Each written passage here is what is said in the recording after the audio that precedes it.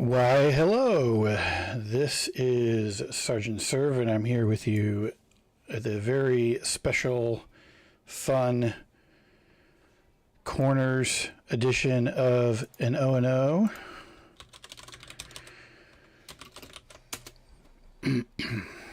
And this will be interesting. This will be fun. This is, if you don't know what an O&O is, it stands for one night only. And how this works is you say, hey, who's online and who's willing to play? And then you have those people play. So here's what the tournament looks like right now. Round one, you're playing Sim Corners. You have Rage Gamer and Sabertooth playing against each other. Winner of that will get to go play Venom, who's the #1 ranked seed.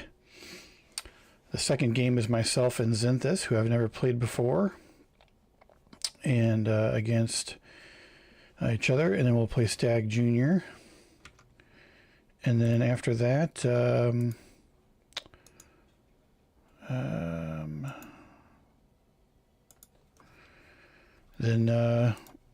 one of us will get to play Stag Junior, who's #2 seed, and then the third game in the first round is Snake Eater and Skink Crusher 4397.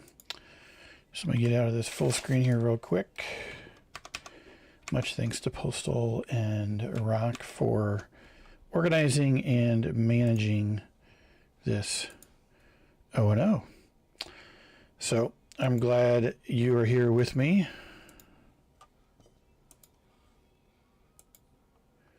Let me get all ready to go here.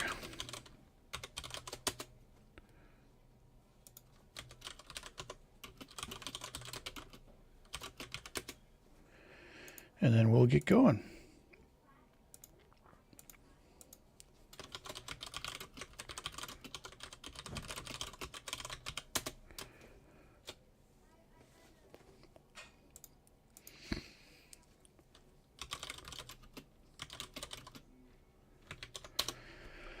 So this map, Corners Sim, is a symmetrical version.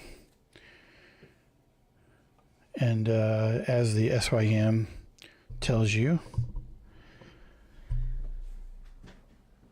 and 11 by 11, how it works on these, each of the corners has a whole section of just metal.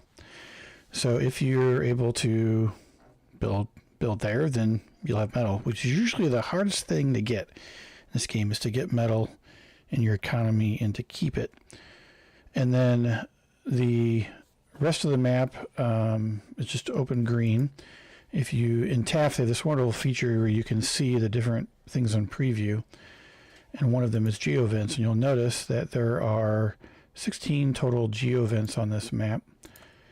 And so essentially each quadrant has 3 to 4, which within somewhat easy reach, and there's some in the middle. So there's kind of some down the middle line there and the middle line there, but everybody's going to have a geo that's just north or just south of their starting corner patch. Another one a little further out towards that big round disc thingy feature that's there.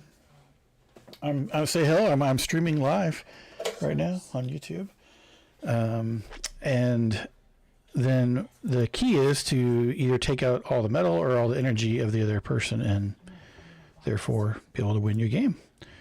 So anyways, I'm waiting for Zenthis to join and get set up.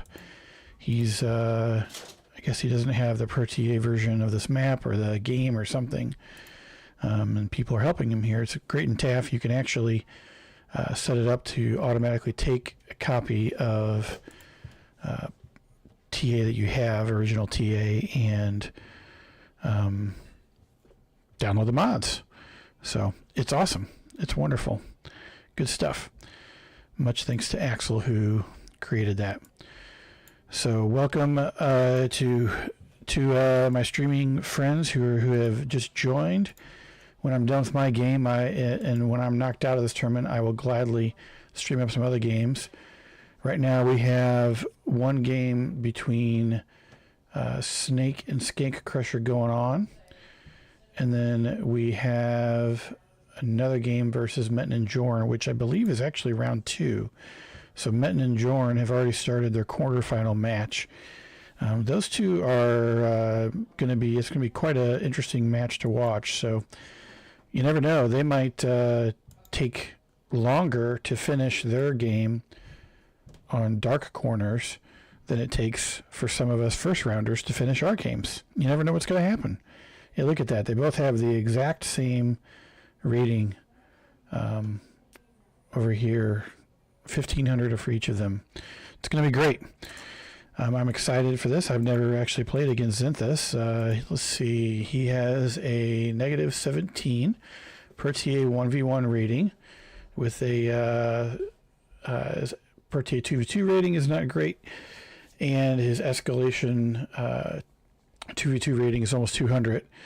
He's probably a new player. Yeah, 30 games. Yep, look at that. So I was the same way when I started, where I started out with a negative rating for a period of time. Hello. Okay, are you good to go? Let's make sure he's ready.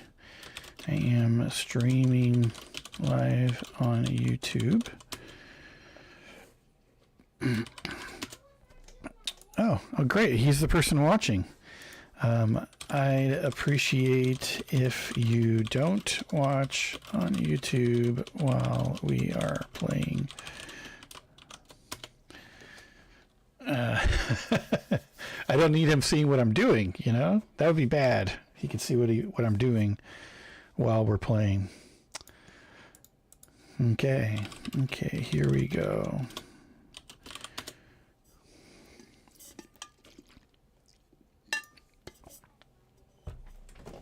A little water. It's not quite time for lunch for me yet. Although I probably should eat, but I'll wait till I'm done with this. Here we go. Let's see. I'm going to change my resolution down a little bit. Okay.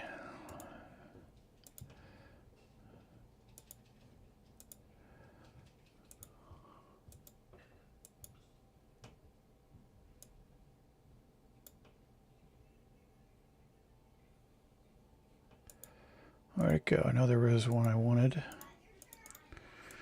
There's a resolution here that I have a 16 by 10 monitor, and there's a resolution I'm looking for, and for some reason I can't think of what it is.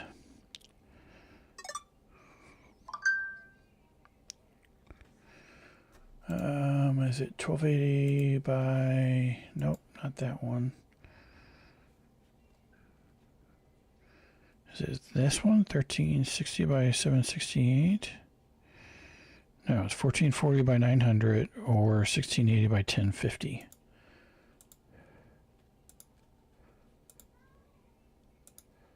There it is.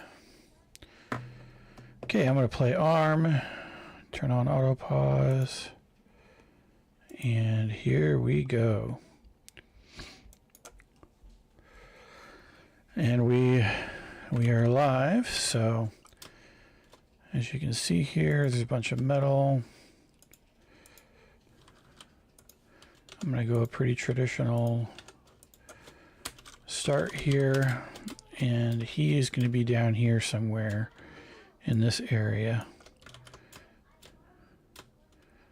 So my job is to not die in the first 5 minutes and take him out.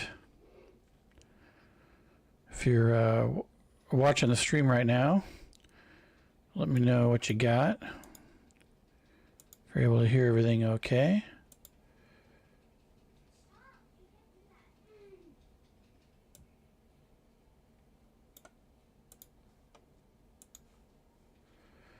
Can you hear the game? That is the question.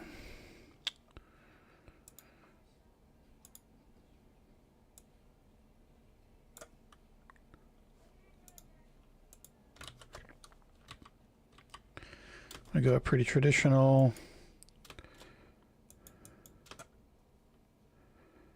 Start there. Probably should have built one more wind and one more metal, but oh well.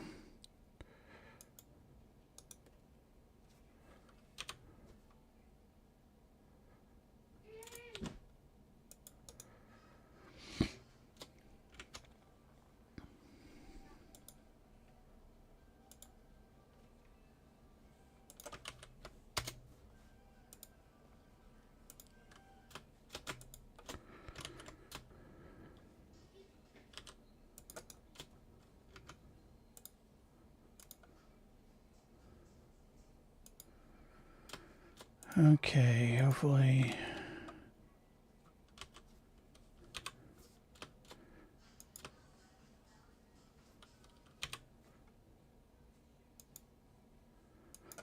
Wow, I am not off to a good start here.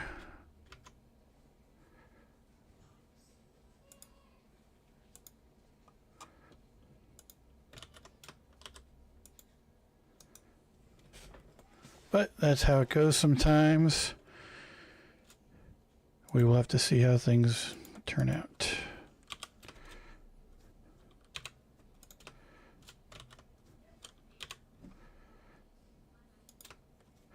This is the thing about streaming and playing at the same time. It is quite a bit harder than it looks sometimes.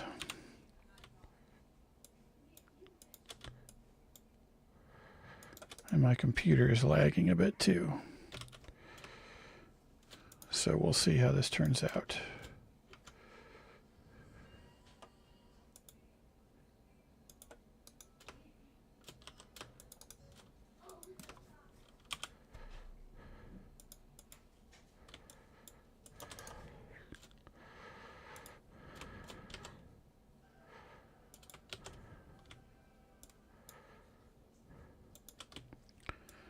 I don't know if the audio, zero audio whatsoever.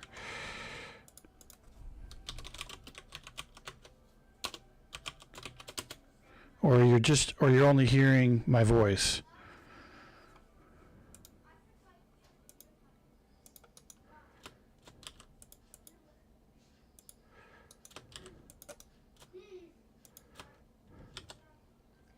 Let me know, Star Value, if you can hear my voice only or you're just missing the game. I would love a little diagnosis help.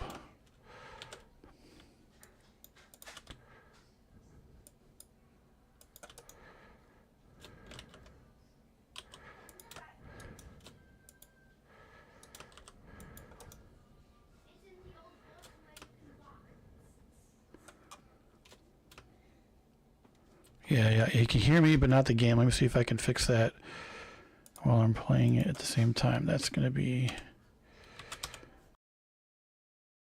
Uh-oh.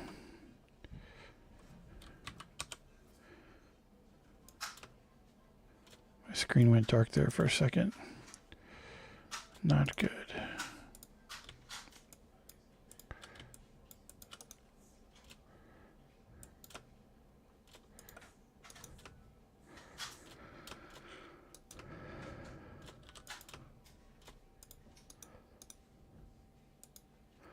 I will attempt to kick that in a second here when I can.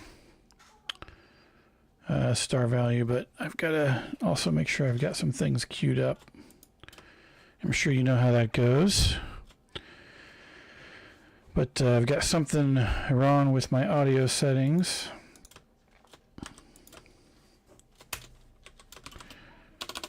Let me know if there is a moment we can pause so I can fix the audio stream.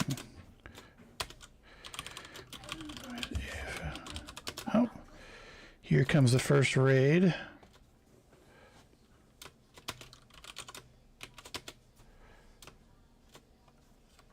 Okay, let's see if I can fix it real quick. Let's see, go over here, and I need to take the game audio here, and I need to do what to it?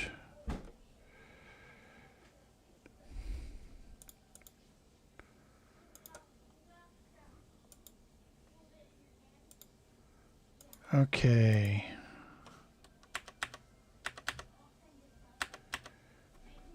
I don't think that worked.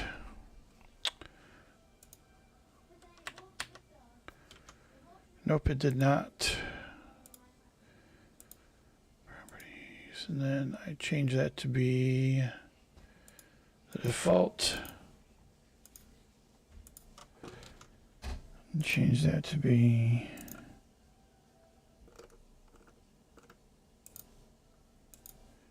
that. Okay, the question is, can anybody hear the game audio now?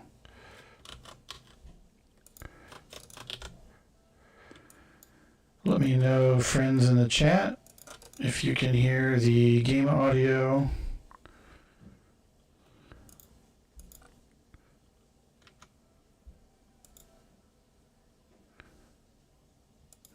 I bet you can.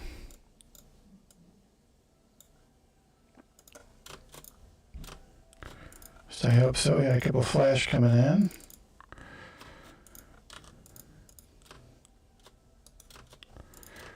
All I know is I am not as well prepared as I'd like to be. You need to go over here, and I need more cons.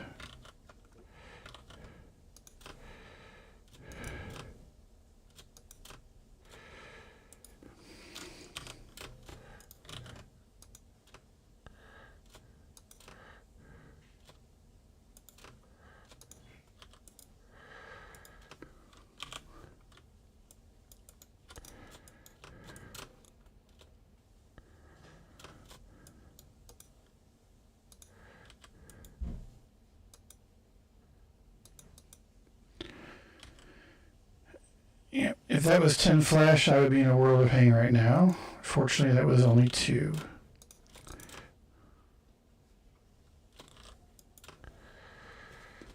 So that is my benefit. And now I'm going to start pumping warriors.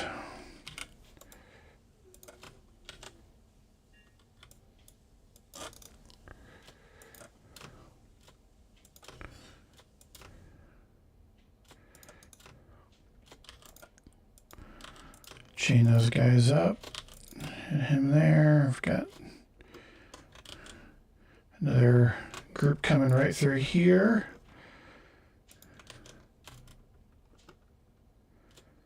Probably more flash.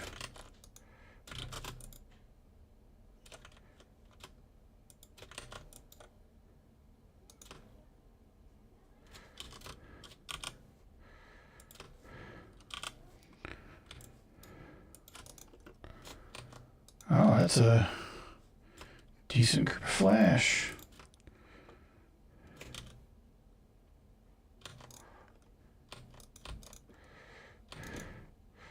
Warriors will work nice against those. They have a range and they're very, very tanky. Very high DPS. Damage per second. I bet there's still no more audio for the game, is there? Someone in chat tell me, is the game audio coming through? Probably not. Buy one. Nope, you're doubled up though. So buy one, serve, get one free. Let me turn the other one off. There, that should be better now. Let me see if I can find a way to get that fixed. VAIO 3 output.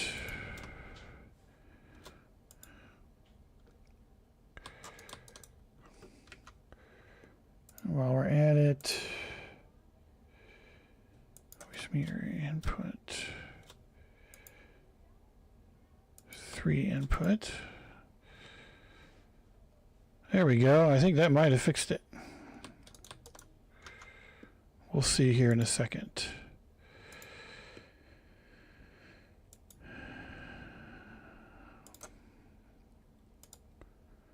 Properties and see this. How about this? How about this for entertainment? I am currently automatically at the same time showing you giving you an idea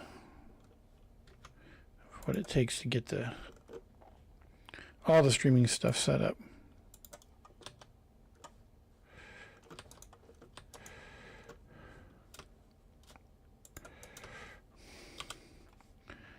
Needless to say, this would be a bad idea if I was playing Stagma Jr. right now to try to do this at the same time.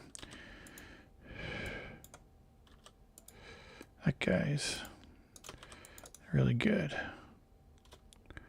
Oh, look, I'm accessing Yay.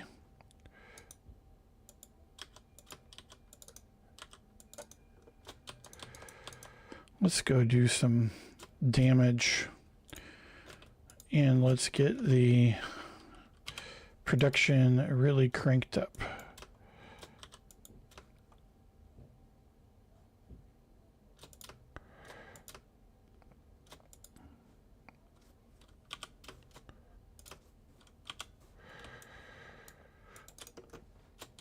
This is a common strategy for corners, is to kind of build some defense fanning out. Okay, I need more energy. Where'd my energy go? Oh, never built my geo. That's bad. That's how you lose on corners, is you don't have energy. It looks like I still have not fixed the game audio problem.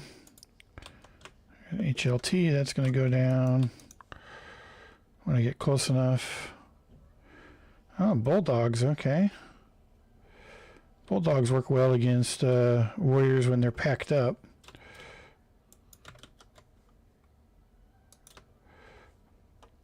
I actually need to build that first and then guard that. Mr. Commander, you need to be over there. Is anybody else idle? You're idle. Oh, I built a lab right in the middle of his metal patch. Uh-oh. I don't think Xanthus knew that this is a good map for wind, not solar. So if I take out all this energy, he can't degun me anymore.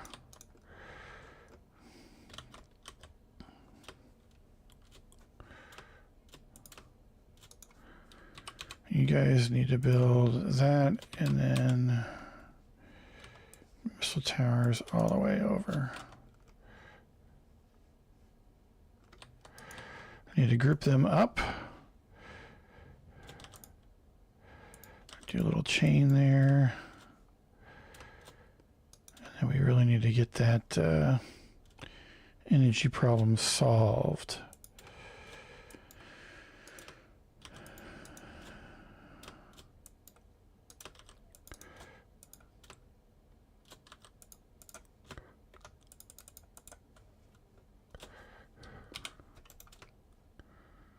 Okay, you're trying to build there, so that's who that was.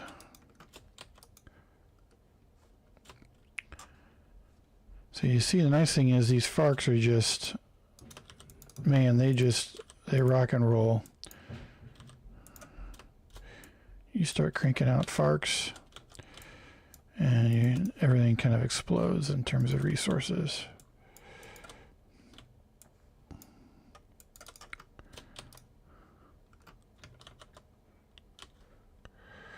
But the problem with Farks, if you could call it a problem, is they use lots of energy. So I'm having these Farks guard this con, because then when this con guards this con, which he does very slowly, he walks, the Farks travel on this one and they don't get in the way when this one's here. When number A is moving, number B is coming to it. So that's a way to have them guard but not get in the way too much. So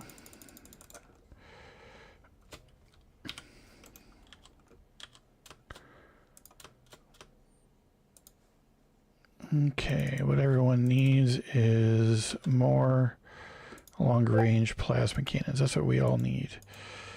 My thanks to the viewers who are sticking around. I don't know how, but I have managed to not properly get the game audio working.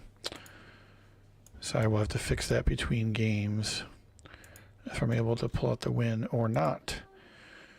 So yeah, see, there's still no game audio there.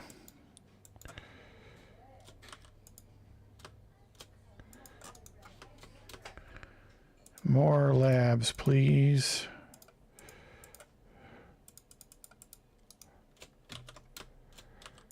And more cons. Building more big things.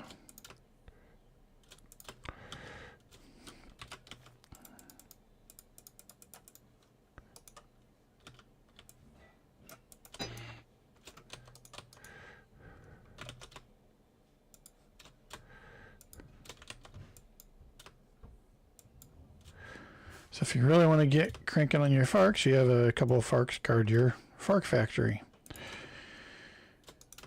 And then you end up with more Farks you know what to do with. But also a lot of stuff to get the other guy with. So this is the point where I would put my commander under a tree or somewhere that he will not get sniped.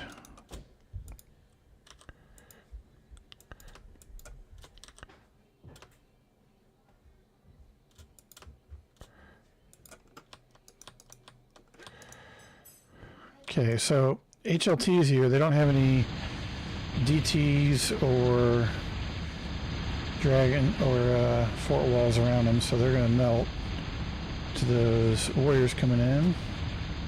And I have more warriors in this group than he has bulldogs, so they're going to win that. He built that there again. I wonder if he knows how to degun. He may not know how to degun. Fortunately, this is a tournament game, so that's GG. If it wasn't a tournament game, I'd probably be a little more something. Not as brutal. Maybe that's what you call it, not as brutal. Hey, I think I fixed the game audio there. Maybe. Or not. Oh well. Yep, game sounds right at the end. Yay. How about that? There we go. Now I need to report my score. Which... Okay, so round 1. Snake Eater, Base Gate Crusher. And we have Rage Gamer and Sabretooth. I wonder if they're still playing. I'm going to report that I won that game. As soon as my handheld device decides to load the page properly. I have my, report your scores. I won that game. Submit.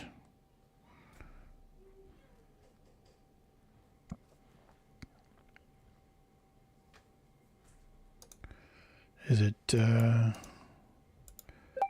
updated yet?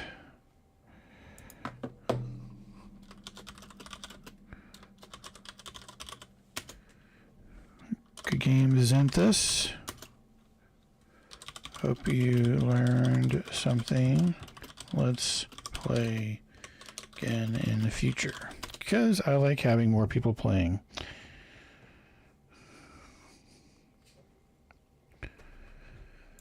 Okay, so that means it is now my turn to take on the one and only Stagma Jr.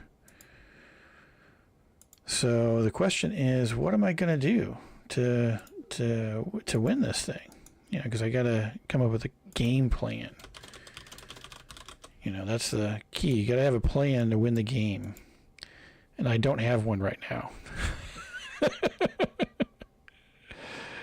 So, yeah. Oh, there it is. Timothy. Good game, Timothy.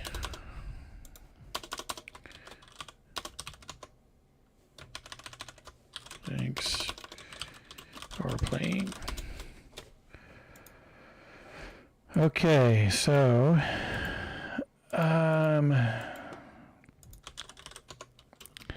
do you need a moment before battle commences? Yeah, I'm that guy who's saying what I'm going to type. Is it very scintillating audio descriptions of what's going on?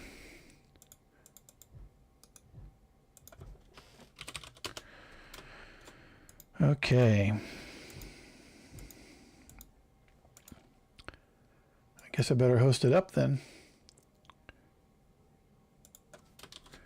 Round 2, Sergeant Sir versus Stagma Jr. I think I spelled that right. Yep. And what is the map we're playing this time? It is Dark Corners. I don't think I've ever played this map. Anybody in chat have some suggestions for me? What do you say, Meal Solutions? Give me some suggestions on this. So what is different about this game? Let's find out. The preview says it looks very similar. No tournament. I'm out already. Just playing. Raged Gamer. I like the let's play some more attitude. But there are many times in tournaments where I'm out first rounds and time for more practice. Okay, so this looks very similar. It's 9x9, which means it's smaller by 2 units in each direction. And let's see if it means you'll have a little bit less metal room. Oh, it's interesting. The metal patches here on the circles, I don't remember that being there on sim corners, which means I bet you can build metal there. You can build metal on the round areas. There are less geos, and they are, I'd garner to say they might be a little bit further away than normal. So the impact of this is it's going to be easier to put a guardian or ambusher in a position and reach further into the base. And same thing for Big Berthas and Intimidators. They are going to be very effective against the other team, because you'll be able to build it further back in your base and hit more of their base quickly. So the challenge here is this problem right here that you're seeing, that my rating is 800 and Stagma Juniors is 1700. And this means that I am the underdog. So, oh, look at that. Meal Solutions with the tip. Corner meta value 1.4, circle platforms are 2.3. That is very interesting. I'll have to ask Meal or Tristan later why they did that. Is that a wrinkle meant to encourage creative gameplay? Maybe that's the case. Maybe that's the case. I do not know. Okay.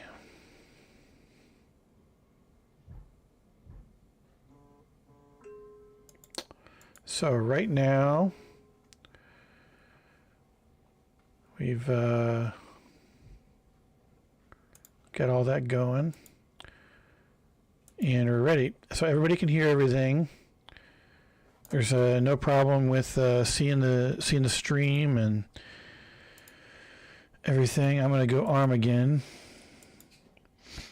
because I'm more familiar with that on this map. Good luck. Have fun. May you accidentally self-D. Because that is what I need. I need a pull a knob. I don't see what he said. Did anybody see what he says there in chat and tell me? Did he say he's never done that before? He's probably never done that before. Okay, got these beautiful little flowers that are technically worth energy. It is pretty. This is very pretty. You know?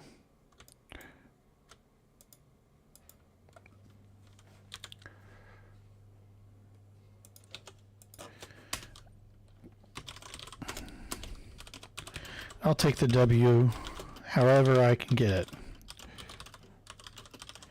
So with these being 1.4, what that means is the value of this over here becomes really important. Oh boy, that's probably gonna be GG right there. See what I just did? That might be GG. I just accidentally walked my commander halfway across my corner when I'm playing Stagma Jr. That's a great start. Does anybody in chat have any good stories of doing dumb things like that before? Anybody else done that? Playing a good player and you accidentally walk your commander the wrong direction and therefore kill your resources production to start. That yeah, so the 1.4 means if I build 4 of these, I'm only going to have about 7 metal a second. No, it's fine. It might be a little more variable than Sim Corners. I don't know, maybe Meal Solutions can give me another tip on if the wind is more variable in this version than Sim Corners. What do you say, Meal? Hook me up. So when you're playing as a player like this, you have a question. You can try to match them for skill, or you can try to come up with some trick.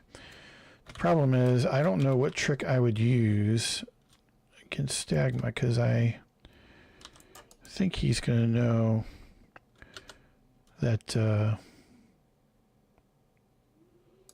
yeah. I probably just have to put more cons on metal earlier than I normally would. Probably the main thing.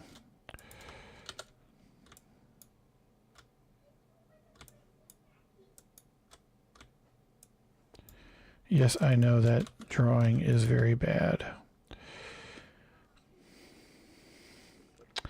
So if I was the best, I'd try for a comm snipe. Unfortunately, I don't know all his tricks for doing a good comm snipe. The best being the one and only Divine, who's not in this tournament. I think that'd be interesting to see him play a Corners tournament. I think that would be very fun.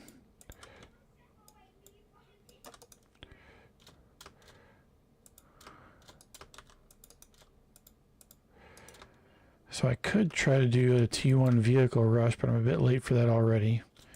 I'm just not real confident in that strategy. Confidence matters. You know? Or as Breezy would say, ja feel.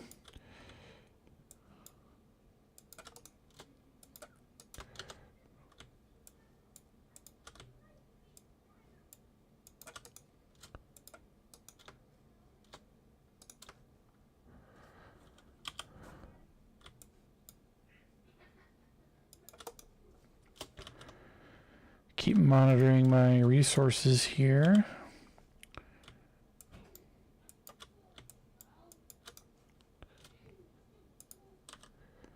See what happens. Also, when I play, I also enjoy my mouse around at the beginning while waiting for my initial build.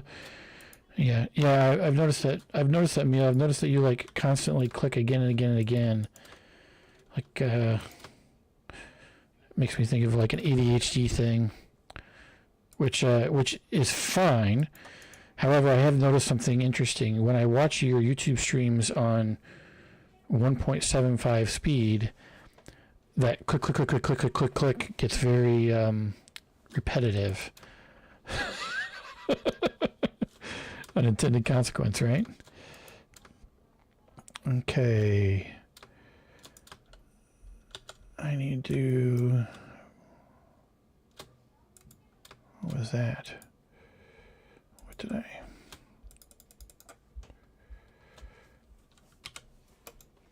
Okay, no units yet, which means he's probably going fast T2.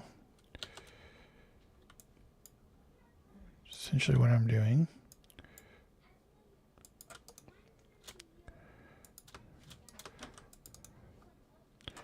But I'm slow.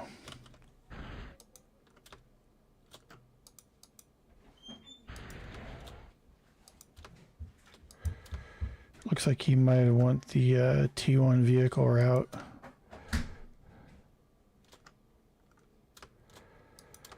Mr. Commander, get out your D-gun.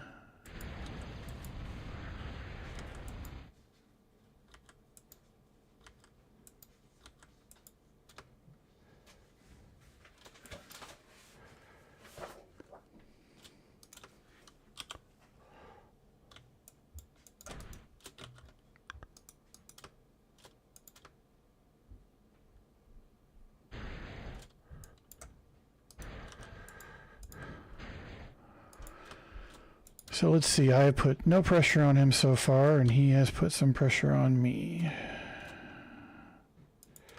This is not a good recipe for a win, but I am going to make the most of it. Oh, nope, you need to go back down there.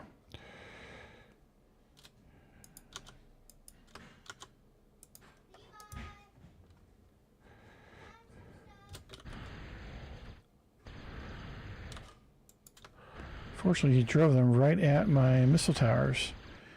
Thank you, that was helpful. So they will actually be able to take those guys out.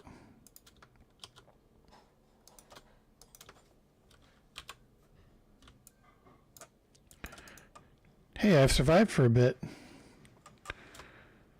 Yeah, audio is totally fine for you, Neil. I just think it's comical that the when I watch it back that fast, that the little clicking thing you do is like at the very beginning only is really interesting when I'm watching. So it's a very nitpicky thing. So I probably shouldn't mention it. It would be rude to mention that.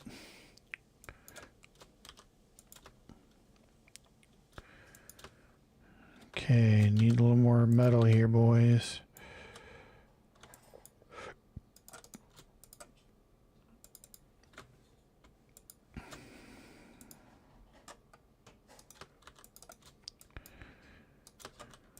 Okay. Oh, your problem is audio is choppy. It's cutting out every few seconds. Oh. Well, that could be me. It could be me for sure. Definitely possible to be me. Okay, after you get done with that, I need you to build more MTs.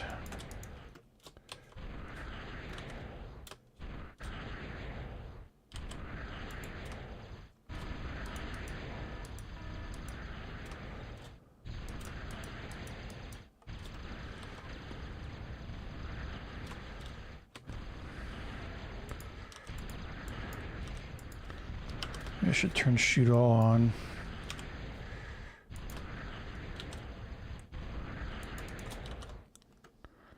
Oh, here I was worried. All those MTs are coming through. MVP.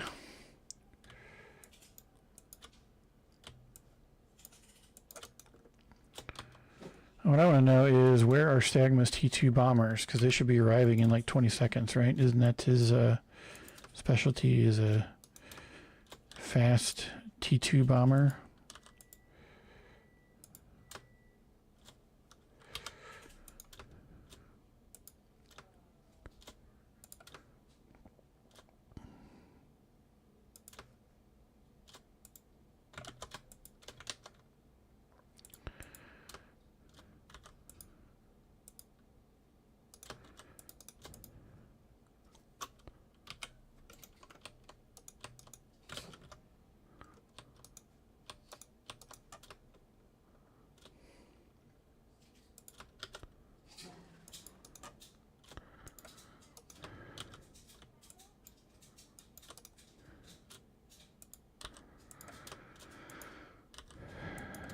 Got enough metal right now, I just need more units.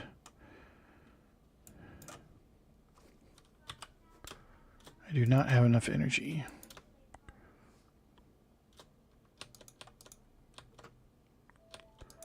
So I really need this guy to survive.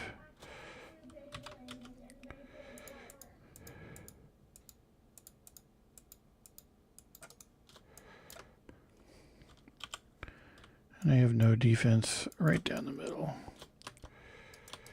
I think he's seeing stuff on radar and probably making decisions based on it.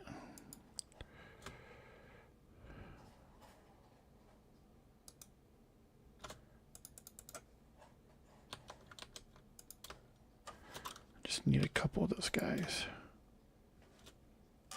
Still low on energy.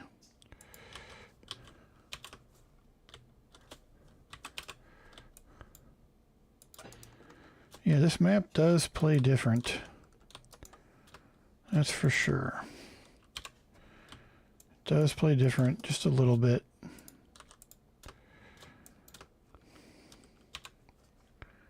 Here I'm out here building wins right out front. Okay, so see this movement when they're going back and forth, it means they're probably patrolling. Just wanting to make sure I don't sneak by while he gets his overwhelming force ready to come and crush me.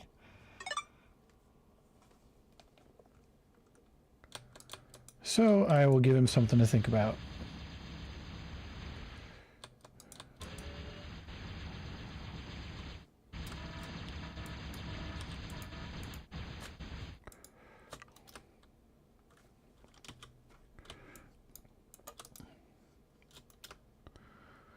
More idle cons.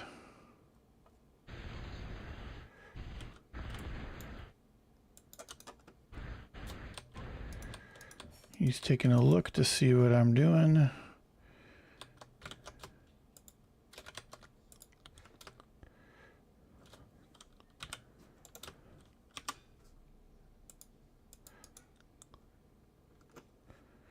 Well, he gets units going over there, and I have no more of those coming out. That's not good. You definitely always need more cons when you're playing corners.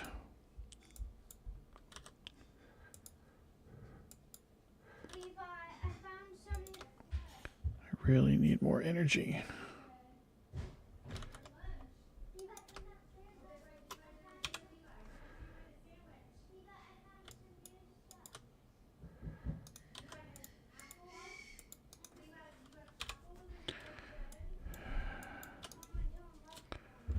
What is it about playing this game when you're streaming it that makes it just harder? Have you ever noticed that? Let's go see what's over there.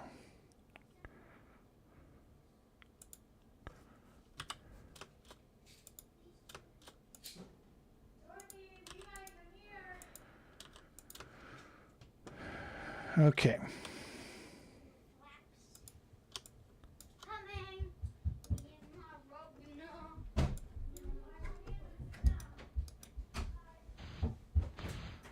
Make him at least think about that a bit.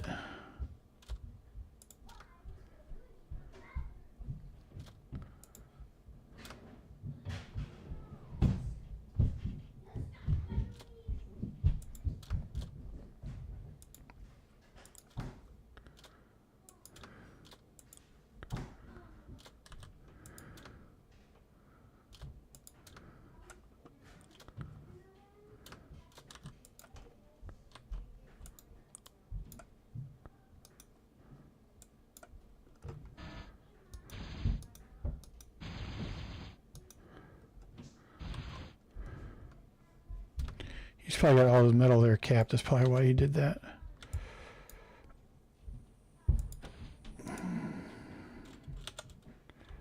And here I am, not even using all of mine. Hey, I'm making them react. I'm attacking. That's what you want to do.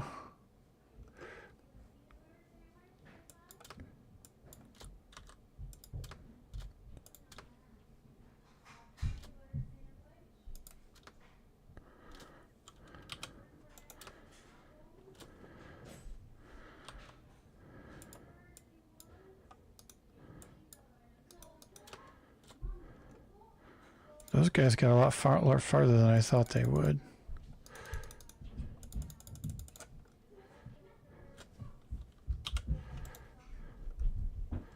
Okay, there came the pain. I'm getting my retainer case.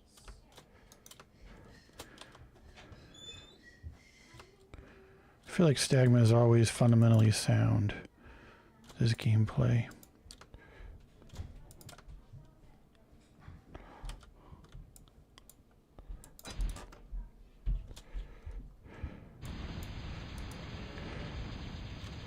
Got some wins there, some wins there.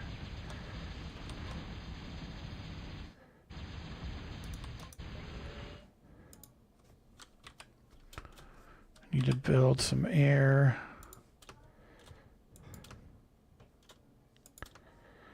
And you need to build HLTs there, and then just a total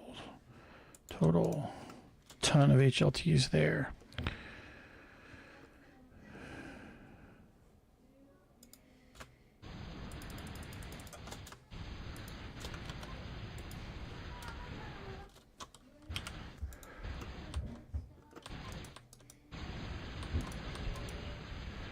So if HLTs have vision, they do really well against warriors. Missile towers do not, because the warriors are tanky enough that they have problems with them. And you can, if you have a lot, that works, but you really do have to have a lot. So my commander is visible, which is not the greatest approach right now. Unfortunately, he does not know where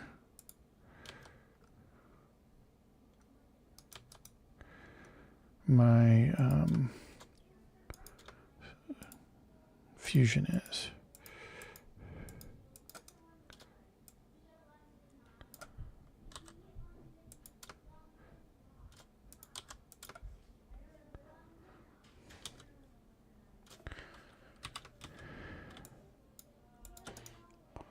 Of course, that guy died. You always want to make missile towers.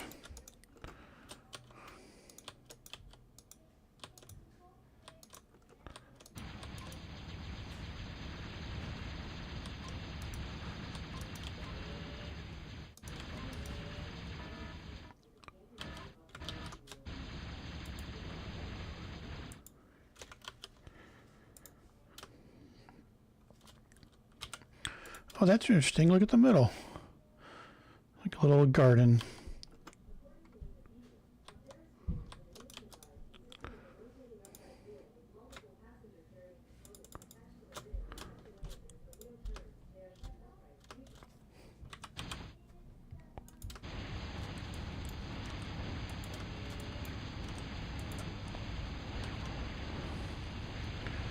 So the thing is, Zeus really well against warriors, but you obviously can build,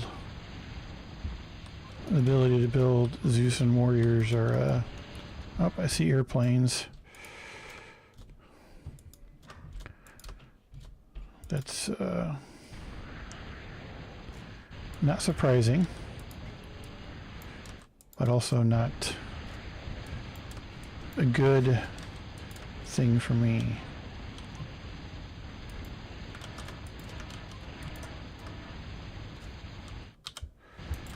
Mavericks do pretty well if they get close enough. They have a very high DPS.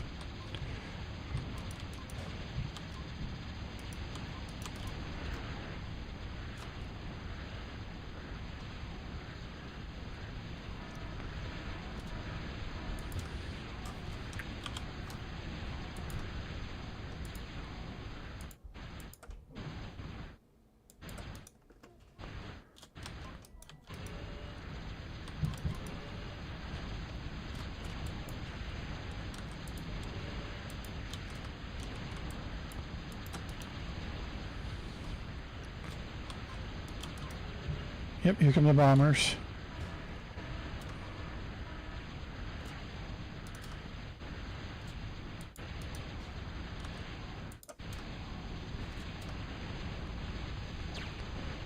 T2 bombers. There's a lot of my stuff. He does not get my commander or my fusion that time, so that's good.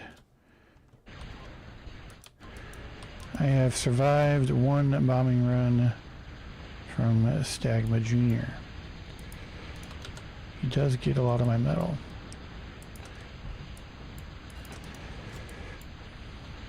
But I'm happy that I've survived one. I'm the underdog and I'm going to make a game of this.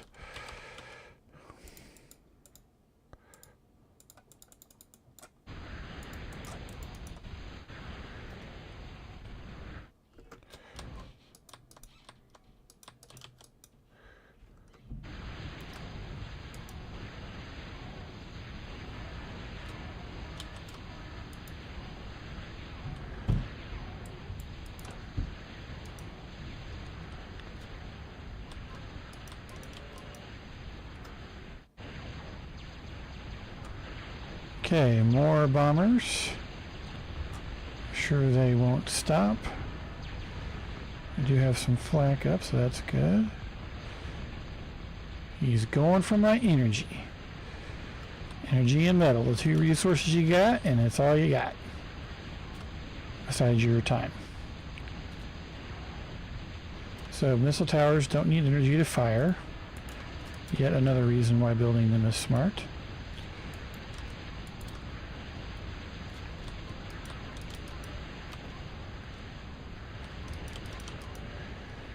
And he's got a lot more resources than I do right now.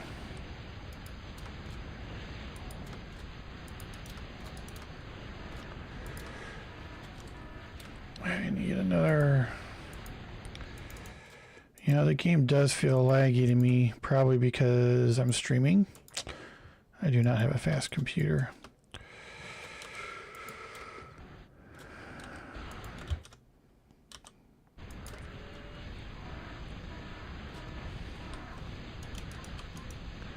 The other thing that can be really good when you're playing ARM here is actually shooters are excellent. But I don't have the energy, among other things, and my commander was visible during that bombing scout. And there goes the fusion. He thought my commander was there, but it was not. And that is essentially GG. Because I have no fusion, I have just a few wins. That is GG for sure. I might want to just call it that, but I'm not that kind of person. I'm going to make him work for it. I figure maybe if I tire him out, maybe he won't play as good next game. What do you think? Is that a good strategy? See if I can tire out Stagma.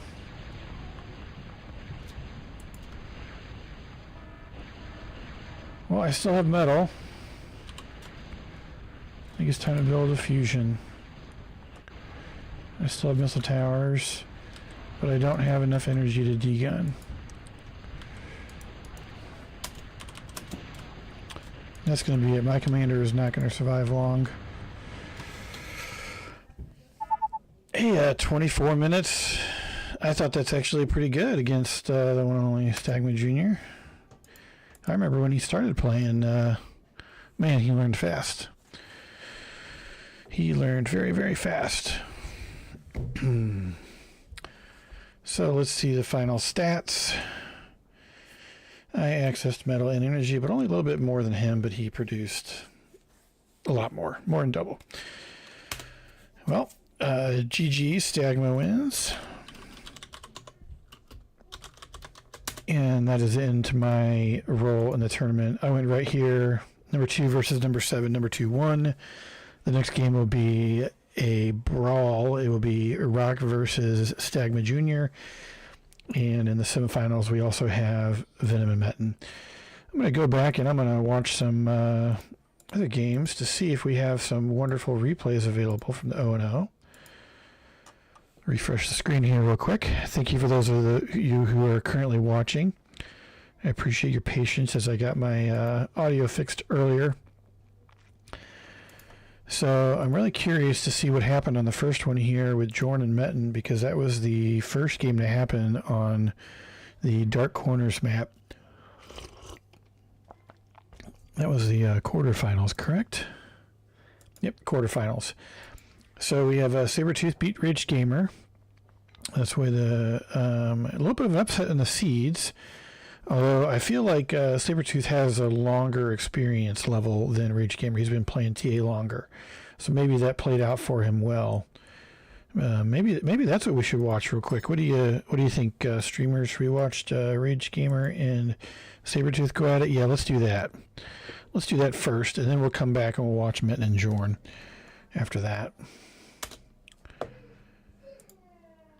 And then, or we could watch Venom and Saber, but we'll go back and we'll watch Rage Gamer and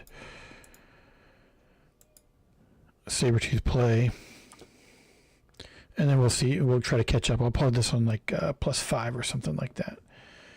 Sabretooth Rage Gamer. Let's see. The game time was 12 minutes and 13 seconds, so not super long. Someone must have rushed pretty hard pretty quick, either a T1 rush. Apparently I have a different version of Sim Corners than they used. So we will just live with that for now. Probably have to update it for the next game. That's how wonderful TAF is. It just shows you these problems and it takes care of it for you. Okay, here we go. Let's get all synced up. Hopefully my map loads correctly. Oh, I do not have this map, it says. I will have to download the correct version of the map, I guess. Sim Corners. Again, just these amazing features. I went to remove version 6, install version 7. So the previous one said V006 and the file name. This one is version 7. So, improved by Venom, rebalanced by Tristan. So apparently Tristan did some follow-up work on this to get rolling. So let's see if we can get that to work this time. And if I get that error message again, I'm going to ignore it, hoping that my version of Corners is compatible with what they played. I don't know why it's saying that. Hopefully they didn't like play with version 5 or something crazy. That would be something to behold. Older version of Sim Corners. And I have this map. So great, we're good to go. We have Sabretooth in yellow. Oftentimes I see him play, he plays in yellow as arm. And we have Rage Gamer as core in red. This will be a 12-minute and 13-second battle. And let's see, Rage Gamer does 1 wind, 1 mex. It looks like maybe. And Sabretooth going, a little talk at the beginning. Rage saying, enjoy your free win. Sabretooth letting him know that he's a little under the influence of alcohol and therefore may not play at his peak performance level. We have 3 wins, 4 mexes for Sabretooth, 3 wins, 3 mexes for Raged. I like Sabretooth's build a little better. I like to have a little extra wind. Oh, look at that. He's all up to 5 wins and 5 mechs, starting his vehicle plant, technically. And Raged wisely putting up some radar at the beginning. I didn't know if I'd see an appearance of LLT. I know he likes LLTs, but he did not go for that. We have the first unit out is a Instigator from Rage Gamer. And we are going with some Jeffies, or as we would call them sometimes, Jeffries. So from Sabretooth, 1 Jeffy, 1 Flash. The Jeffy is much faster and will get there faster. We have a straight Flash rush from Sabretooth with no cons yet for Sabretooth and no cons for Rage Gamer. So they said, let's get this slugfest going. After it looks like 5 Flash and 1 Jeffy, we have the first 2 cons from Sabretooth. Rage Gamer is walking some wins the top of his corners area and still has a lab unassisted. Therefore, he has 4. He had 5. He has 4, 5, 6, 7. He's on his 8th Instigator. I'm guessing he's realizing he needs to get some more metal, so he builds it. I actually think he'd be better off if at this point he had stayed here and guarded, because he's at plus 13 metal, which means he can guard his vehicle plant out, get out a con, and let the con do the work of building these lines here of, mexes in this line of wins. Let the con do the work. So, because the build power look at this. Right now, they're similar overall in their income, but Sabretooth just has more units because his commander has been guarding his vehicle plant the whole time. Sabretooth has cons building the metal for him. And here we are. We're at 4 minutes and 35 seconds. We have a first LLT has just finished building at 440. I know Rage Gamer has immense faith in LLTs. I do not. They will not stop a ball of flashes like that. The flashes will either roll right by or they will melt the LLT. Might do both at the same time. Might roll by it and melt it. You never know what's going to happen. A little bit of flanking action here going on by Rage Gamer. This is 4 instigators. Unfortunately, there is 1, 2, 3, 4. There'll probably be 5 missile towers up by that time. Rage Gamer getting his first missile tower, but he has an idle lab. This is not good. This is gonna make this hurt. Let's see, we're at 6 minutes. Rage Gamer is going to be getting out his D gun here in a moment. I am sure of it. Here come the flashes. There goes his first con. There goes the D gun. Sabretooth did him a nice favor, having his flashes all bunched up there. These flashes will come in. They might get some more D gun action. Got one that time. Let's see. Ooh, LLT scared him off. Sabretooth said, I do not want any part of that LLT. I don't know. There might be 14 more of them over here. You never know. Maybe those red dots that I saw with my non-existent radar that far forward are LLTs. No, they are winds, not LLTs. These 5 flashes will totally be able to take over that LLT and melt it, but Saber's going to go for even more of a flank. It looks like Rage Gamer's flank maneuver did not work. He got 2 missile towers and his instigators died. This is unfair numbers. Those instigators will die to those flashes, and Sabretooth is going to drive towards the commander and LLT, meeting the friendly D-gun once again. Meeting the friendly D-gun twice again. Let's make it 3. We have 3 D-guns. Come on, give me the D-gun. Oh, nope. Just went for the laser that time. And of course, since that first LLT was melted by the flashes, we need to build another one. So we have Rage to start his K-Bot lab with cranking out a single AK and now a con. Looks like he switched from AKs to con. I wonder if that was an intentional AK or that was an accidental AK. I don't know. This AK is going to come back here and start, maybe he's going to build assist that. Sabretooth is writing his next punch of another flanking maneuver here of come around the side, and since he knows Rage Gamer's con was up here north for a bit. Let's speed it up here again. We're at 9 minutes and 33 seconds, and this game is not long. Sabretooth needs to go for it. To keep being aggressive. This one little instigator is going to do some scouting, and he is the little gator that could, because he has avoided so far being shot at even one time. Scared off by the 2 gators. Oh, there's the one. And all of those are going to make short work of him. And now it comes time for Rage Gamer to put up his immolator. Rage Gamer is accessing on metal and energy right now, so I'm glad that he has resources. He just needs to use them. So we're at 11 minutes,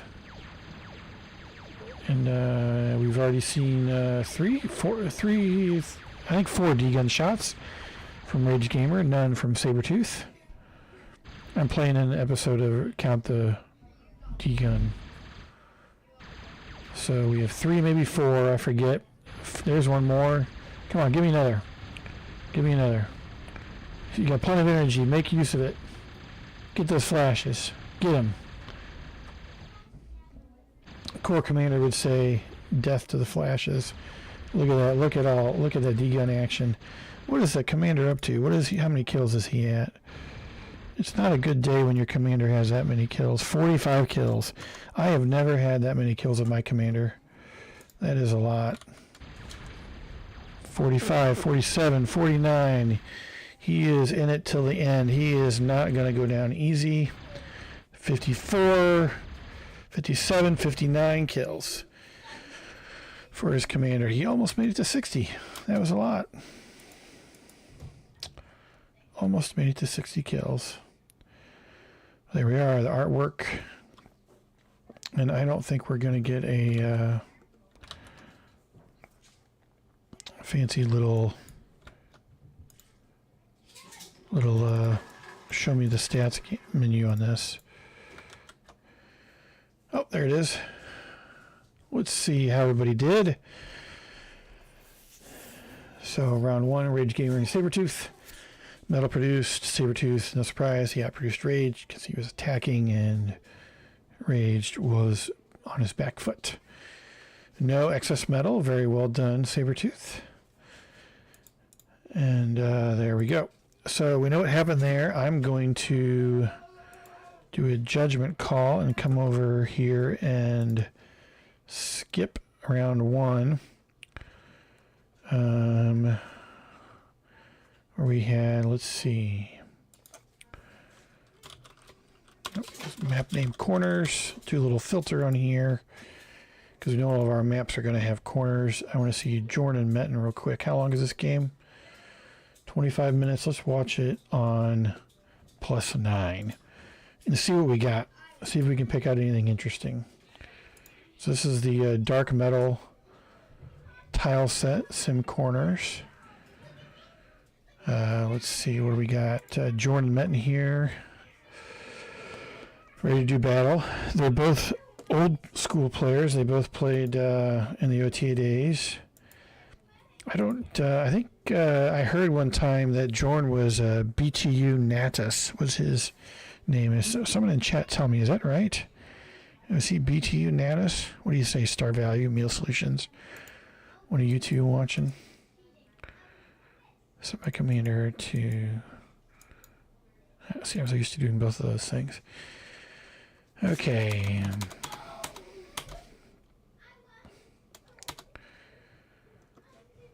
So we have Metten in purple. I feel like he likes to play purple if he can. And Jordan in blue. I've seen Jordan play corners before, and he likes to go Warriors and Zeus and everything. Yeah, if you take a look at Postal's, Corps Commander Postal, FFAX Postal's YouTube channel, you'll find some old games on there where he walks us through BTU Natus, a BTU Natus game or two. I don't know if it was when he was playing Natus or someone else was. Now this is very interesting. Look at this. Metten has 2 K-Bot labs right next to each other. That's this is an interesting strategy of send a bunch of peewees up and see if you can create some havoc. And I actually like it. I like it a lot. If there's a lot of MTs, they will be able to take care of them. But here's the thing. You get a ball of 20 or 30 peewees, and man, they can blow through some winds quick. And Metten's almost stalling here on energy. He is. And this could be very much a surprise, and he's coming every way.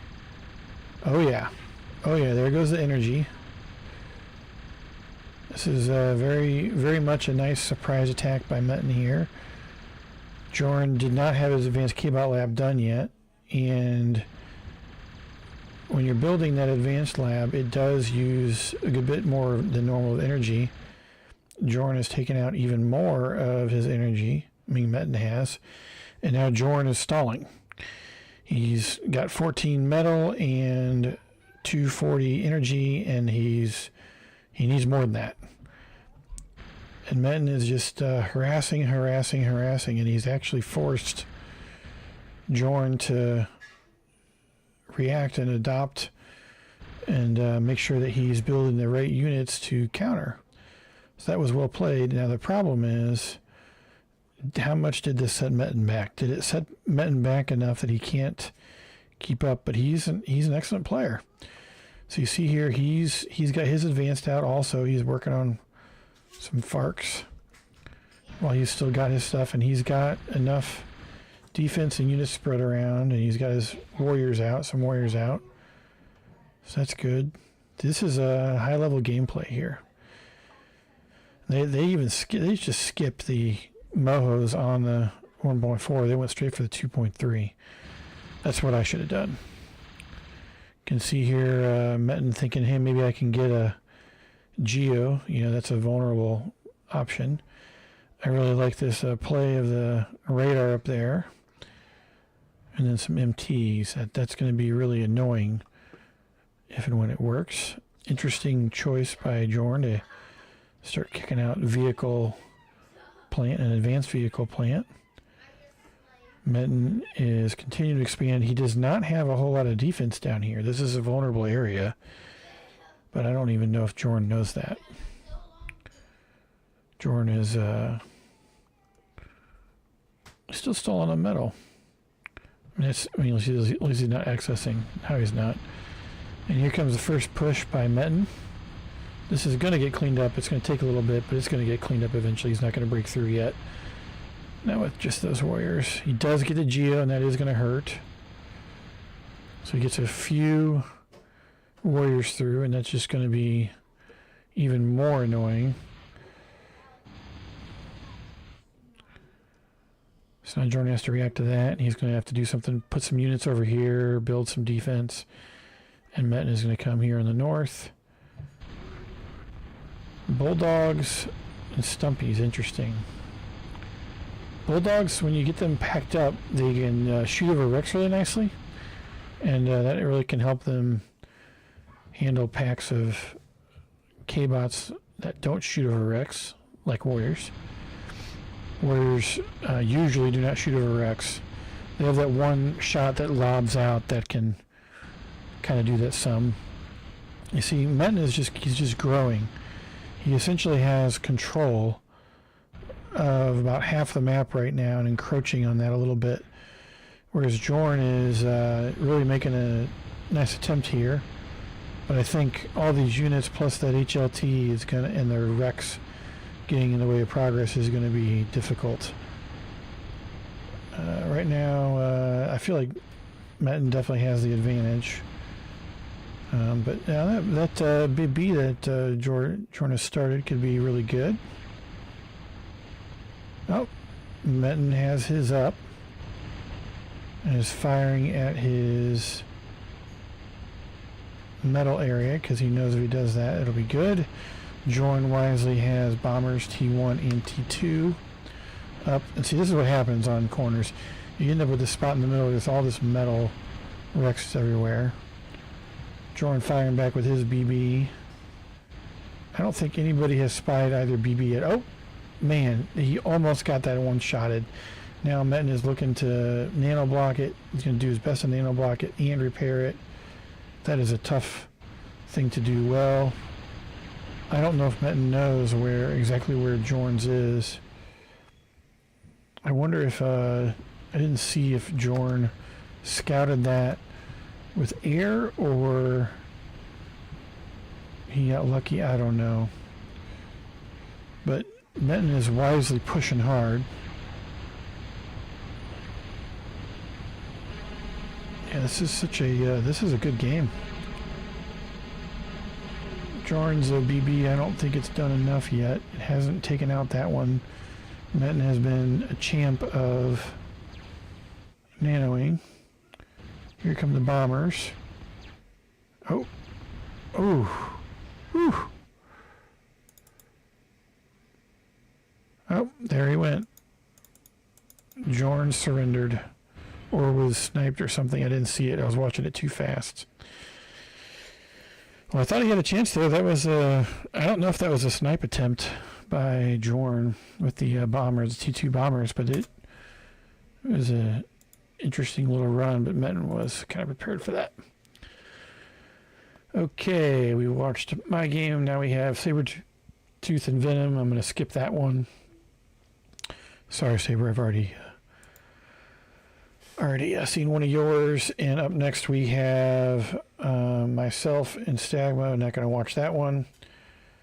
And then we have Rock and Snake, or Rock and Snake Eater, to up next. This has been really fun so far.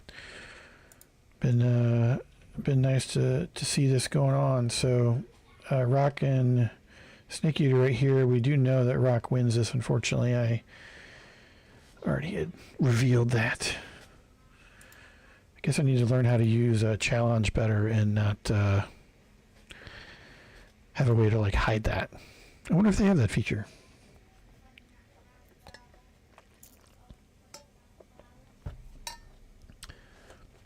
I'm going to do this on fast speed again. I'll do +8. A little more. Actually, we'll do +10 to start.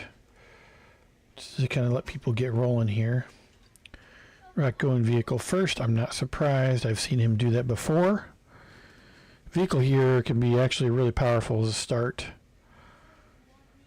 And Snake and Rock laughing about the 1.4 mexes, which is definitely a thing you have to account for. Rock forgot for a moment. A classic block in of the 3 DTs to get that guy helping out there. Rock getting his metal up.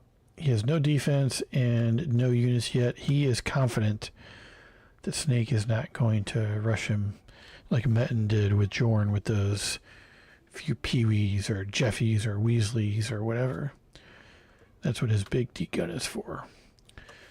Going with a second vehicle plant. It's really 4 minutes and 40 seconds. I went +10 for a while, so my game timer here at the top of the screen is not accurate. It looks like Rock is going the mass T1 flash approach. But when I've heard of people doing this, they're a little faster with it. So I wonder if this is just to kind of keep pressure. I mean, I can see that. If you're keeping pressure on the other person, they have to actually think about what you're doing and react to it. It makes it a lot harder for them to make a hard push at you.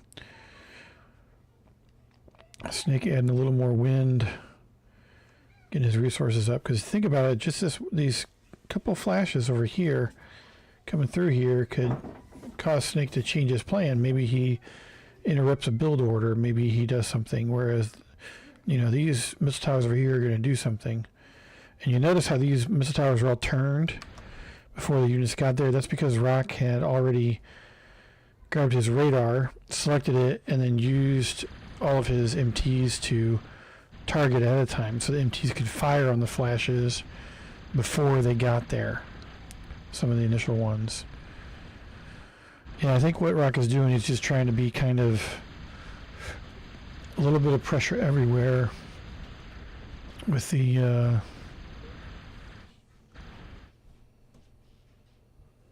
flash. And now Rock has his T2 up, and Snake is going for his second. And Rock is actually ahead on metal production right now. That's probably because of the difference between K-Bot and vehicle. Yeah, so you see Snake accidentally probably has no K-Bots building metal now. Oh, there he goes. He goes back to it. So he has 2 K-Bots building metal, and Rock has 2 vehicle, and he had his commander pop up a bunch. The thing is, the vehicles build faster, but they have less maneuverability, and they're bulkier. Maneuverability meaning like in small areas they have to stop and turn more frequently. See that little guy right there getting stuck on that little mushroom was a good example of that. I don't think you're going to save that one, Rock. I think that con is not long for this world. We have an attack coming from Rock and an attack coming from Snake. Snake degunning Rock's flashes. And then using his other units for it. Nice little nano there. of his advanced construction K-bot. Well, nice little paying attention to details there by Snake. Thing is, he's got enough warriors here to cause a little bit of trouble. Those will eventually be taken out by Rock, but we'll see if he does much damage. Looks like Rock had enough to counter that. Snake working on his second K-bot lab. Rock with 1, 2, 3 vehicle labs, 1 K-bot lab. So Rock has the overall factory lead, and the metal lead, and they're about even on energy. Snake is behind on energy. This is not good. This might be a fatal mistake. It looks like he forgot to have cons keep building metal, and he's stalling right now. And I don't know if he realizes it. Maybe he just now realized it. Oh, no, there they are. They're just building the mohos. I like how Rock is doing both. He's doing both the mohos there, and he's doing the other ones there. I'd rather excess on metal than stall. Stalling is really bad. I've been in the position of Snake though before. It's tough when you have that moho close to done, and you're also dealing with it. And these Flash and Warriors. One of the nice things about Flash and Warrior combo is the speed. See how the speed they move at is about the same. It's nice. This is a nice little micro here. I don't know if it's intentional by Rock or just automatic by pathfinding that they came up here and they're taking out that line of winds. That's not going to be good for Snake. And he's a good player. He's really been, says all my metal. Well, really, the problem there, Snake, is you quit building metal back here. Well, I'm sure he learned a lesson that he'll share for his next opponent, and he will not make that mistake.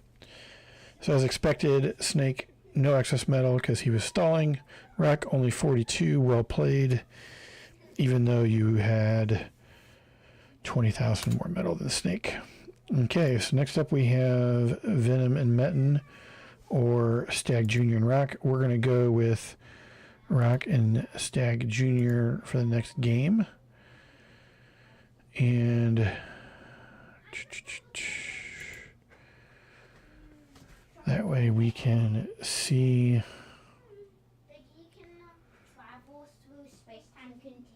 Rock and Snake. Where is Venom? There's Venom and Metin. Where is Rock and Stag? That's what I don't know. Where's the replay? There's no replay. Boy, that's a bummer.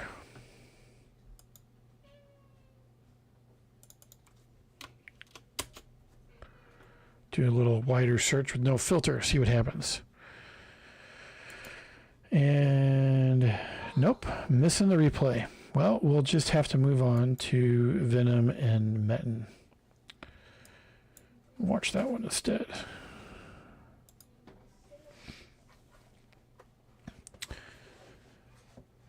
Yeah, I wonder why there's no replay on Rock and Stag. Oh, maybe because they're still playing. That would be, that means it's probably a really good game if it's lasting this long. So Venom is the maintainer and founder of the ProTA mod, as I understand it. And Metin is also no TA player. This tag on the beginning is for clan TA gods and means they've been playing for a very long time. And they're also both very good. And I know both of them were involved in the testing of ProTA as it was being developed. So they both know the units very well, or they should.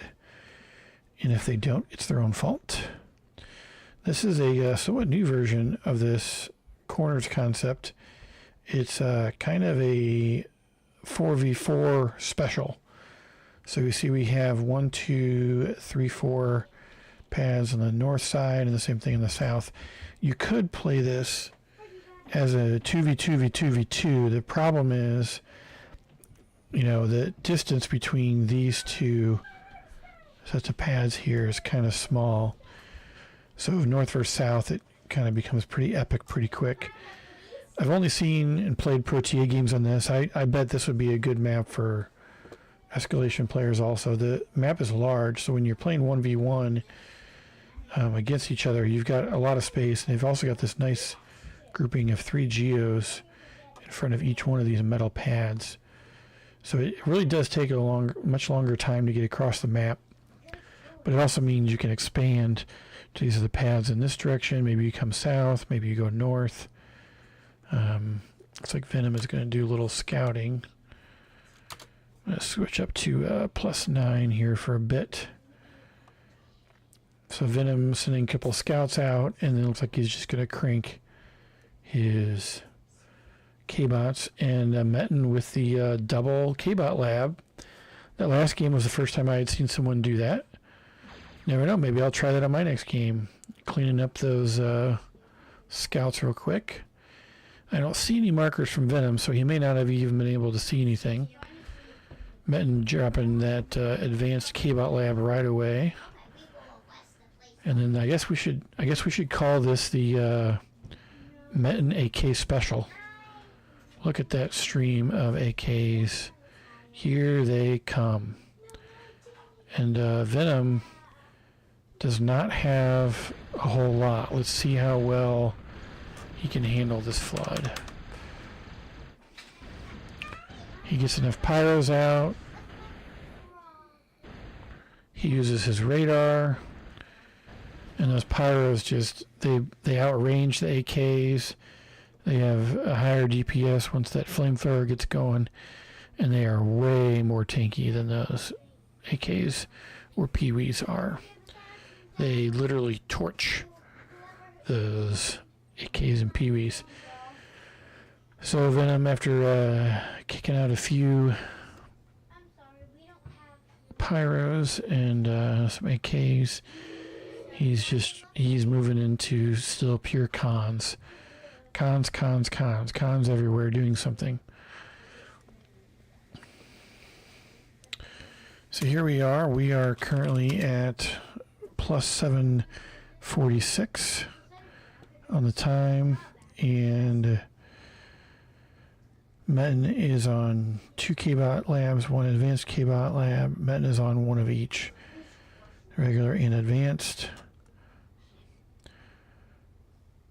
So the pyros are about the same speed as the AKs, which is nice. Movability similar. Pyros will hold up pretty well to MTs. If you have enough MTs, they can kind of wear them down. But they do well against MTs. I do feel that pyros are outmatched by warriors in a 1-to-1 scenario in most cases.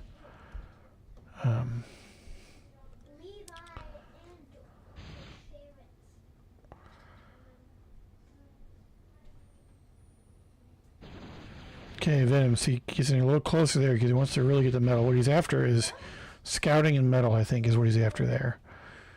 I think this is just another probing here. He's just looking to see where are the potential weak spots in Metin's gameplay and defense.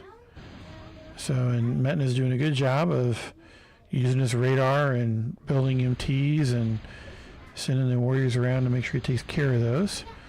Question is, how is he going to counter? Metin's still hitting hard on cons. He's just pretty much building cons. I mean, Venom. Metin is doing mostly the same, starting to get some Farks out. I don't see any Geo yet from Metin. And Venom has his first one up, and the second one up. That'll be nice. That puts him ahead a little bit in energy. They're pretty close on metal. I actually think this map is really interesting from a if you were able to do bomber harassment on a regular basis, because you know that there's going to be stuff built in these green areas behind, and you know where the metal is. So if you could just, you know, constantly harass with bombers, it could be really annoying. It really cause someone to have to adapt their strategy. I don't know. Maybe somebody that's better at that will do it. I'm not the guy. I'm not that good at bombing. Something I've been trying to learn. Okay, so now we have a bunch of idle Farks from Metten. Needs to hit a little Control B. Looks like we don't have any idle units from Venom. It's always good when you're keeping on top of things and making intelligent, decided choices. Metten trying to put up a little fire base here with some HLTs. It'd be nice to kind of start to, you know, defend off this little area of running around the side.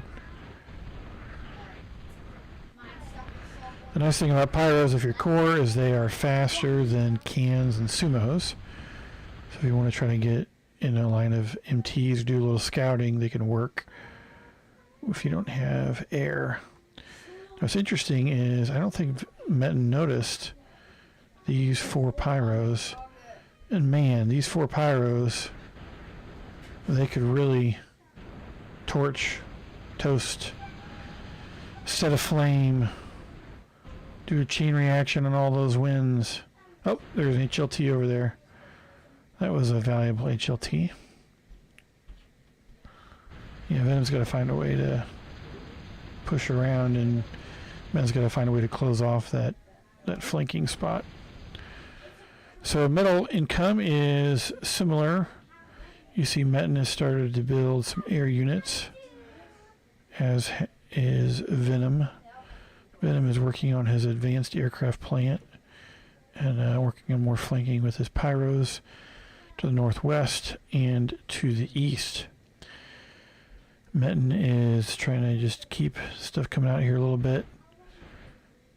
And pretty soon we're going to have MTs firing at each other. But not if these pyros torch that first. Well, Metten's attention is brought over here. Pyros do fall to HLTs pretty decent.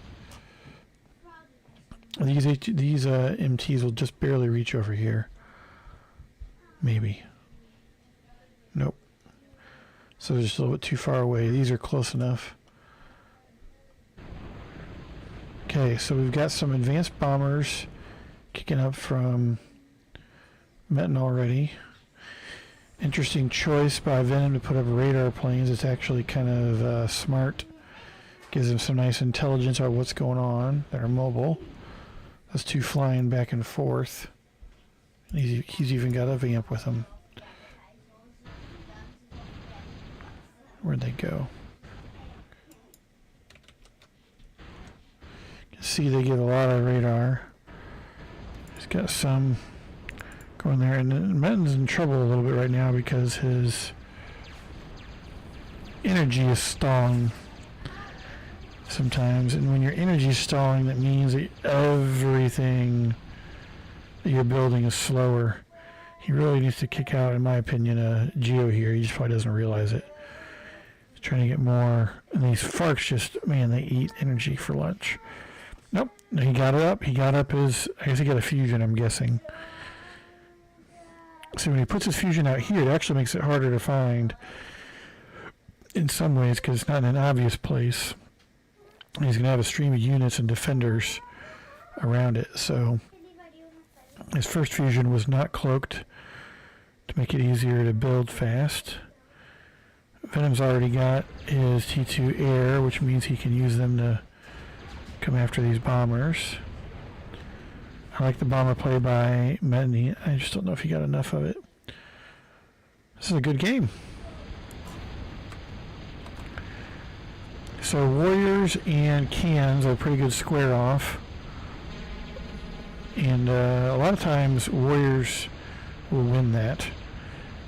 Zeus do a pretty good job of taking out cans if the numbers are similar. And pyros and cans are actually kind of a nice combo, although the pyros do end up getting torched, but sometimes that'll get you the numbers you need if you're playing core. I suggest you do not depend on my strategies because I am not an expert, but you're welcome to try them and see how well they fail or don't fail. One of the things about playing core is the cans and sumos all use energy when they fire, whereas the warriors and Zeus for arm do not. So it's just kind of one of those things you have to be aware of. If you're core, you gotta have enough energy. You see Venom's energy is actually lagging a little bit right now. He has so many cans firing, while at the same time he's trying to build stuff. And looks like Venom is going to start rolling into Metten's base here real quick here soon. Taking out this fusion, or both these fusions, is going to be really bad for Metten. That's kind of going to be GG. And there we are. So now we know one of the players in the final is the one and only Venom, creator and maintainer of the ProTA mod. Well played, Metten. You got yourself a bronze medal. And Rock and Stagma Jr. are also guaranteed a bronze. So excess medal on both players, but not too far off on Metten's part to Rock's to Venom's medal there. Some of that probably had to do with the rating, why it was less. It was pretty even early. The energy, though, Venom had enough energy, Metten did not. And that marked the end. Okay. So if, let's see, we still have no game. Interesting.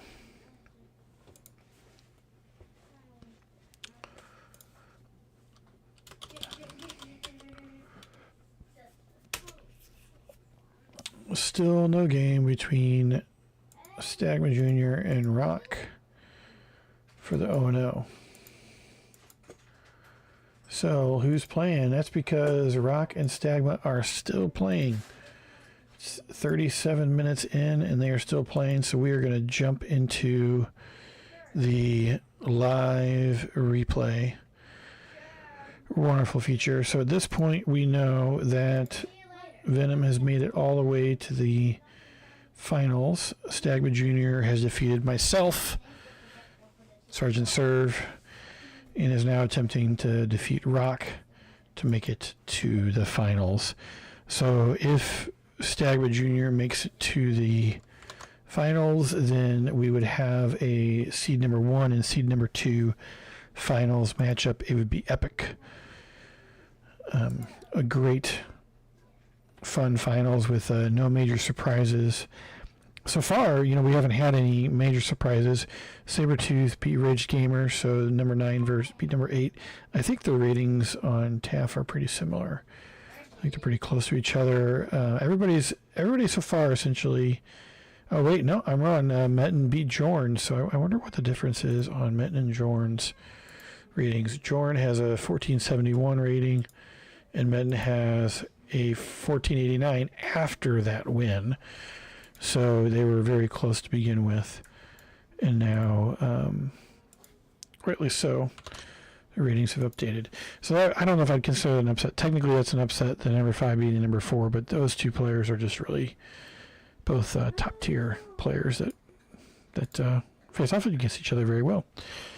Venom dispatched Metten. It was a good game, but Venom just overwhelmed him. And we have Venom in the final, awaiting either Stag Jr. or Rock. So, I don't know, this map is so big for a 1v1 that it could get pretty huge in terms of what's played. Rock with his trademarked send out the Jeffy right away. Get me some intel. Mark where the KBot lab or the vehicle factory is. I've seen him do that in most games. He likes knowing where his opponent is. We're going to go to +9 because I'm 38 minutes behind on this game. Oh, interesting. A little Jeffy comes there, sees those two, and does not know where the lab is. So there's one MT right there. That shot from the MT got him. We'll get a couple flash. What is the bet? Is Rock going to try to send more and more and more and more and more T1? Spam some T1 here? I think so.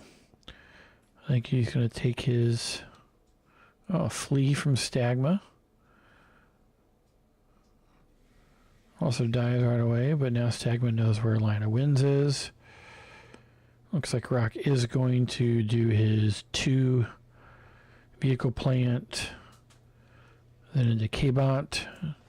Some echoes of his previous corners game where he did the same thing.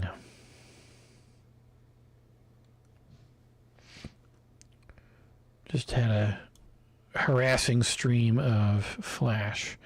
But this is a little different this time. You notice that he only has 1 vehicle plant making flash, 1 making vehicle cons, 1 KBot lab making KBot cons, and his advanced KBot lab is currently building advanced cons. He is still trying to do some harassing, and I gotta give him respect. He keeps doing that.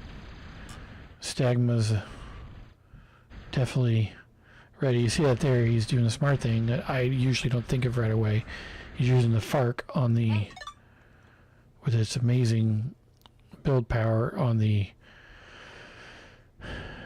T1 construction KBot to crank out some lines of MTs. Don't know what this guy's going to do. Oh, he's going to put radar and probably going to put more MTs, I bet. 4 flash are not seen by those units. Guessing Stag does not have the radar to cover that yet. No, he does not. These units right here you can't see on radar.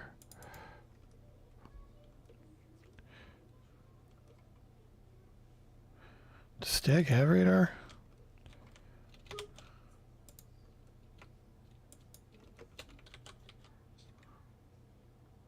Yes, he does. It looks like he forgot to build radar early and is building it now.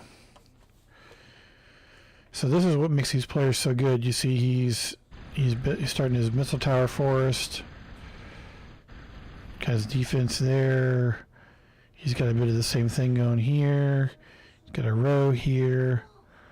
It's just what makes these guys so good. They will do all these things at once. You know, he's able to build us stuff over here and over here. He's keeping most of his KBot. KBot's busy. He's got his mohos rolling. He's spending all of his metal. Stagman is, and Rock is too. Rock is actually stalling the slight every once in a while in metal. Stagman's spending almost all of it. Working on his first fusion. Rock sending in some warriors. I'm going to speed it up a bit because we're at 10 minutes and the game is at 40. As long as it doesn't get too... So Rock is really starting to crank on those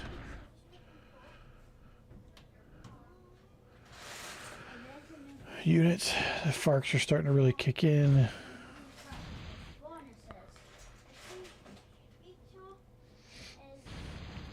This game is kind of a treat, you know. Rock historically has been one of the best players in the world of TA.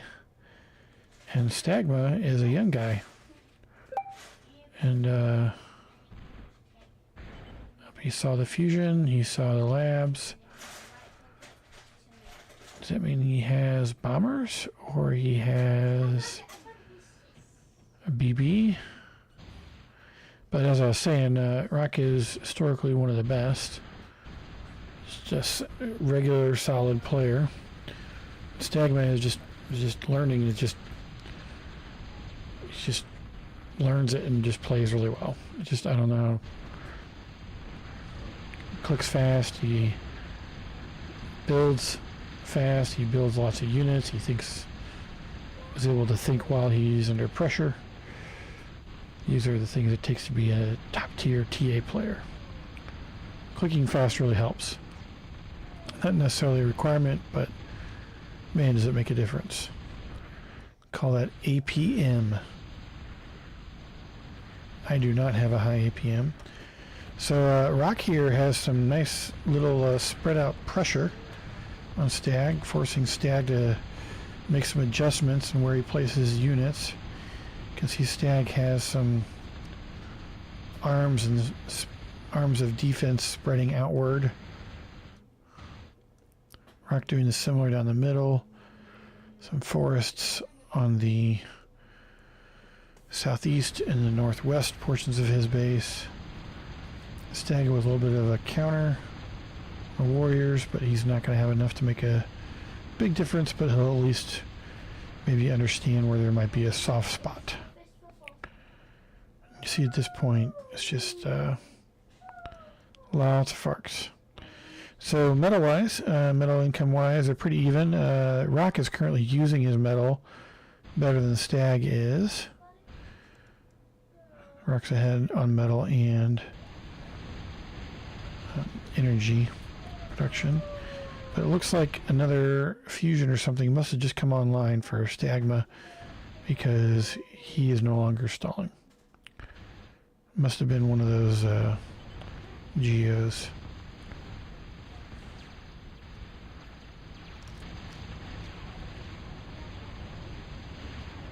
Oh, Rock went for a bombing run. You just slow it down a bit. And maybe did Stag do the same? Nope, more Rock's bombers. Using his bombers defensively. Try to help out.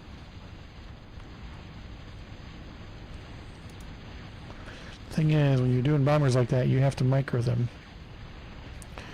You can't just click on a direction and they'll go to town hitting everything in their way. They're a targeted damage unit. Stagma has started building Hawks.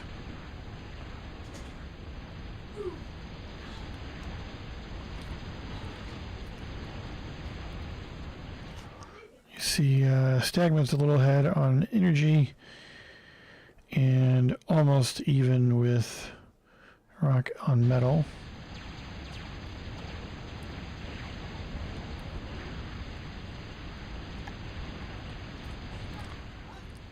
I think Stagma is actually building more bombers than Rock is at this point. So we are at 20 minutes. So even though this is interesting, I'll still speed it up because I know this game goes for at least 40. These are the kind of players that can punch and counter punch for a long, long time. Adapt. These Hawks already coming out for Stagma are going to be helpful both for defending and eventually for offense. Right now they can essentially be a mobile defending force. Oh, here come the bombers. Gets one K-Bot lab.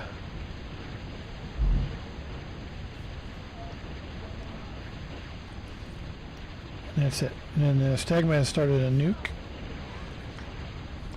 So he has Rock started an anti.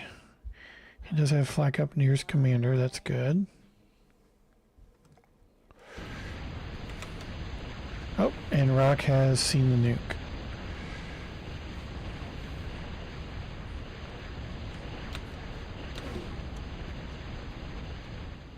See, at this point, Rock is just sending a ongoing force of Zeus, just lots of Zeus. I like these Merles here. They can, from distance, start firing at the MTs and the HLTs. See, now that Stagma has a group of Hawks, he can definitely hit those bombing runs hard. And yep, and then here comes Stagma's bombers. Let's see, Rock has some Hawks. I don't even think that's enough to stop those bombers. Gets over here in the corner. He lets them spread out a bit.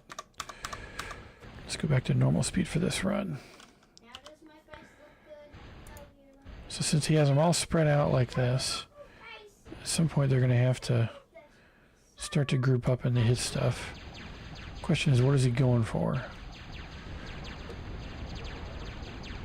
There's 1, 2. Yeah. He got a fusion. He got a geo. Meanwhile, Rock's line of Zeus continue to march to destruction as they meet their counterpart Zeus. So the problem with these Merles is they don't do diddly squat against a moving Zeus or warrior or anything that moves, essentially, because their rockets fire so slow and land. But they do very high amounts of damage against static units like defenses.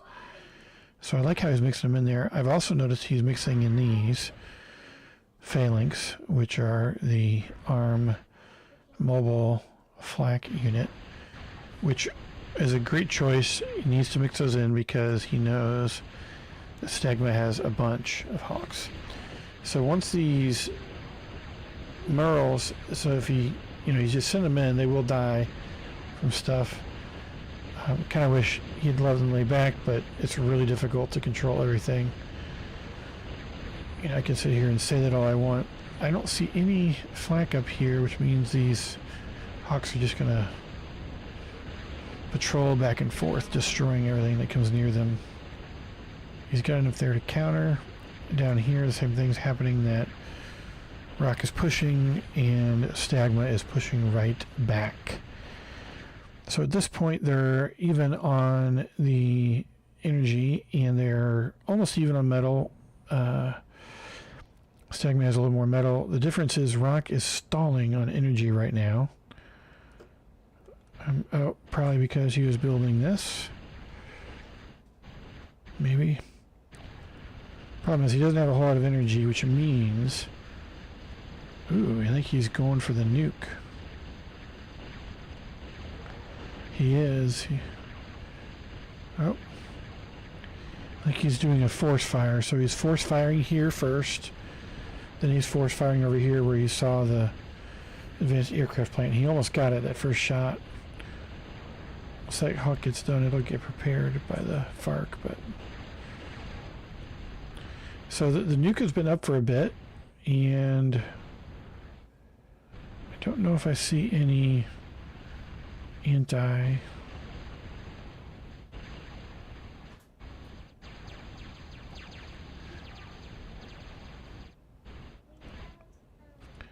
Bombing run from Stagma, going for more energy.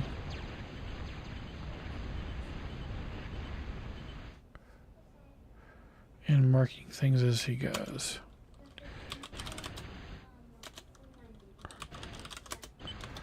We are now at 27 minutes.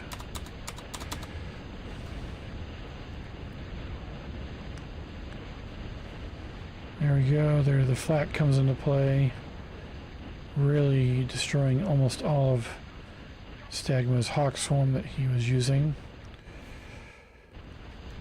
Rock is just doing pressure, pressure, pressure. Stegma is responding back again and again. And now we have lots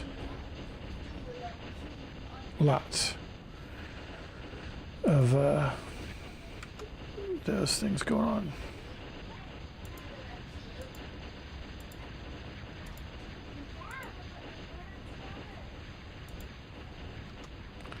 I think I lost my game sounds again.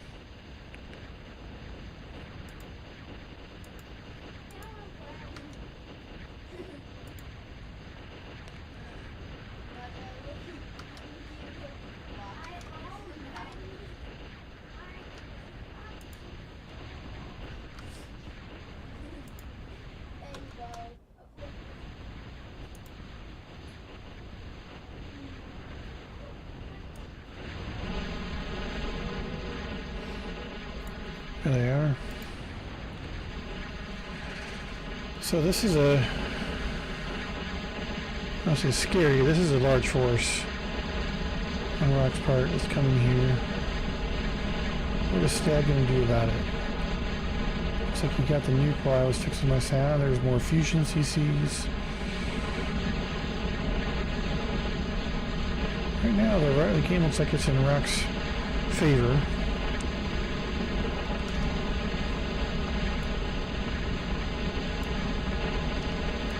For sure. So we'll see what happens. I mean, Stag's not going to die from this one push of Zeus. That's not going to be enough. He's got enough Hawks, other units. You see how this is just becoming a completely clogged battlefield. The Z's fire over the wrecks pretty well, but there's just so many wrecks. It's hard for anybody to get anywhere there, down the middle. We have another bombing run being prepared. We've got a flanking maneuver by Stagma, which is very well done. Don't know. What does Rock have he can respond with quickly? Not much. He does not have a big horde of Hawks anywhere. Just a little bit of them. So these Zeus and Mavericks are definitely going to cause a little bit of trouble.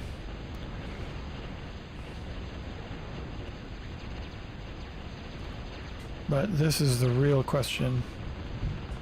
These off-screen bombers, what is their target?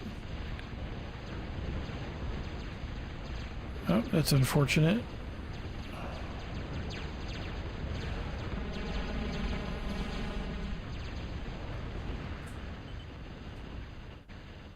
Oh, and he is marked where he really would like to get. Fortunate that his bombers came out right where Rox had a bunch of Hawks just for defense. What a marathon of a game.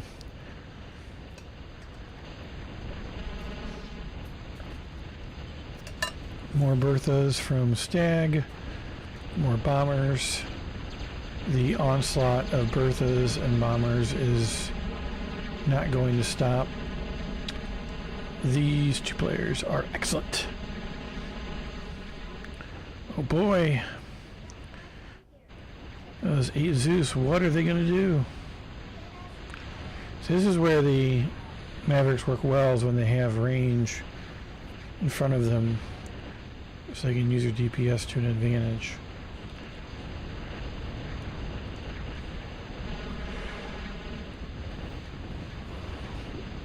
Stag has a larger group of Hawks overall than Rock does, I believe.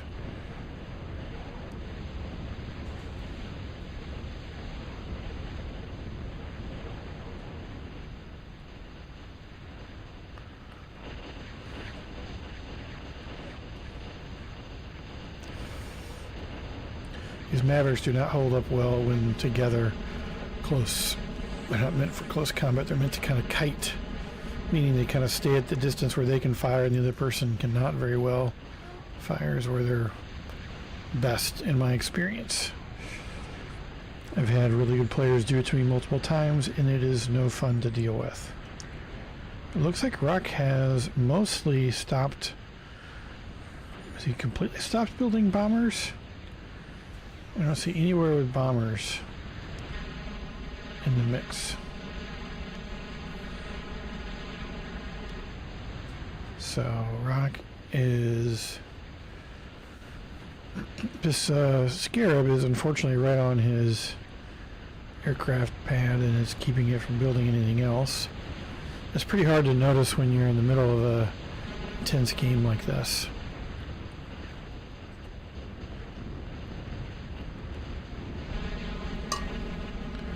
I don't know, that Hawk Swarm from Stag is getting to distinctly important sizes.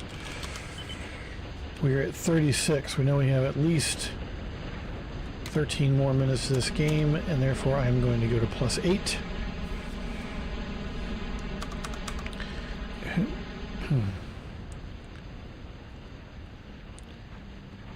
Now we have multiple long-range plasma cannons play. We got 1, 2. Oh, it looks like the nuke got rebuilt. Or I thought it was dead and it wasn't. One of the two. 1, 2, 3, 4. See, Stag is using this advanced construction aircraft build power when you can just get them all together in one spot. As long as you pay for it. 2, 3, 4. I think Rock should have kept building bombers. So, yes, Flak does chew through Hawks. The problem is, Stagma has so many Hawks right now that unless you have a really in deep defense, Stag's Hawks are gonna chip away at everything. Rock has enough to turn them away, but yeah. You see Stag is in danger of breaking through here with his Zeus, so Rock is taking much air cons to build HLTs, which do work well against Zeus. The rate of fire, the Annihilators work great. The problem is they have a slow rate of fire, so meaning that the Annihilators fire so slowly and they cost a lot. They have great range and great power, but if you need something quick to defend yourself, you don't build an Annihilator because it's going to take time. So Stag noticing that Rock is essentially doing the same thing to him that he did to Rock earlier, and some pressure there in the middle, and he brings his Hawks over. We call this race tracking, so they're going back and forth so that they can race track and again. Now we see scouting.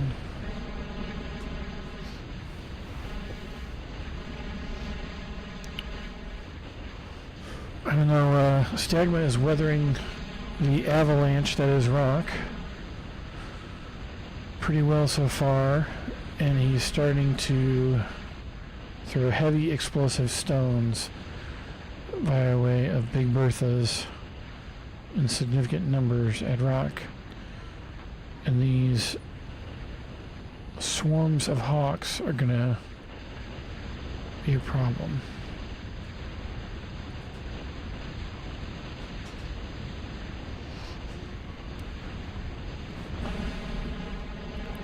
See, all of these Hawks over here are just gonna chew through.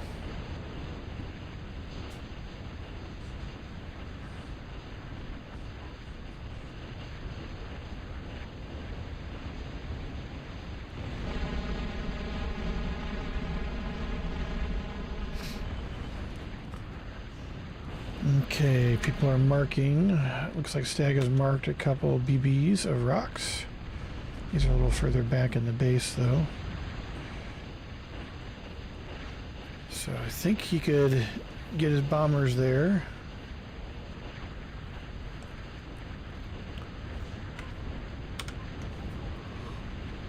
Looks like some of Rock's BBs are firing into Stag's base. That's good.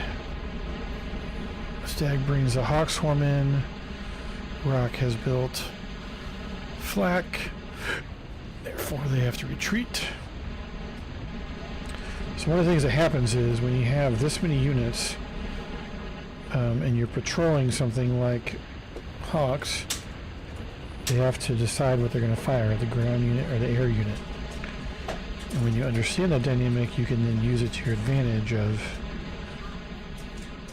oh hey, they're going to automatically fire at this, so I'm going to build that. Let's see if we see any targeting facilities. Looks like Rock is also getting hit by long-range artillery of Stagmas, and this is not good for Rock. He's got a bit of an incursion in the bottom left and in the northwest. Bottom right and northwest. Northwest and southeast both. Rock brings in some of his Hawks. Problem is, here comes Stagma's bombers. Can they do the damage that is needed against all that flak? Yes, 1, 2. At least 2 BBs go down.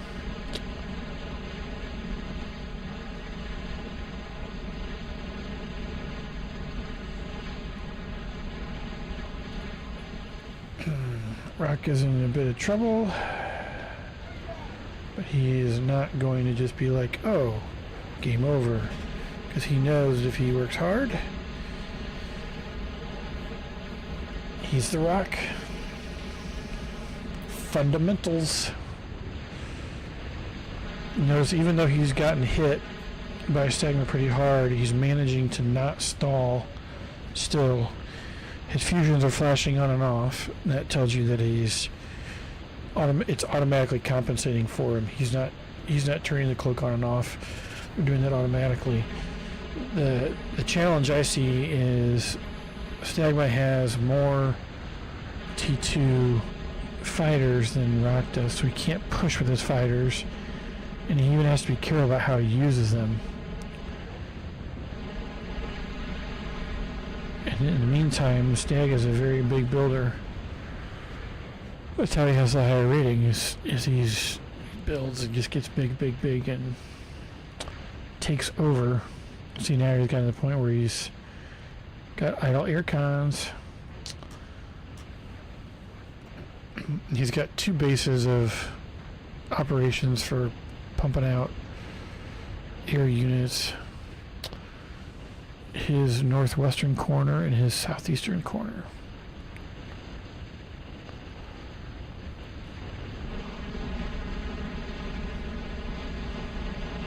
Oh, that flak thinning it out. I think Stag might be sensing if he comes down here, he might have better luck. Sees all those. I don't think there's as much flak down here.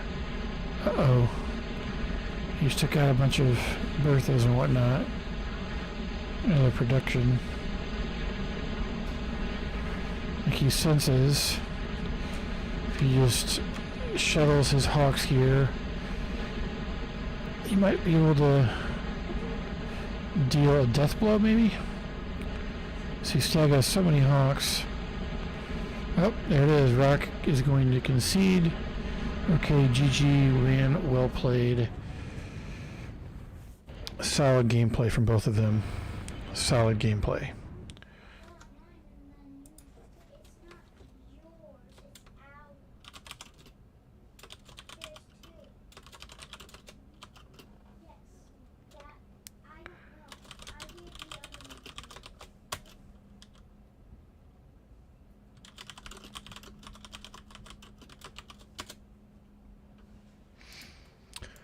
Look at those scores. What a slugfest. What a slugfest.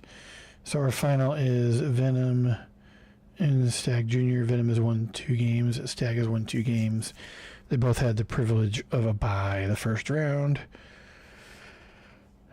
And here goes the final.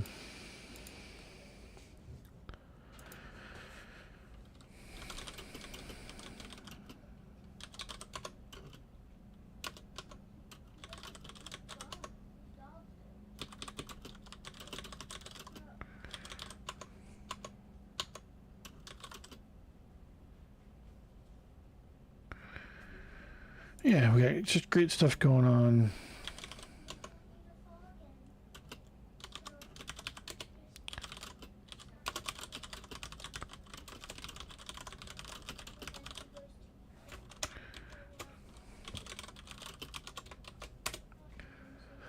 Okay, so here we go.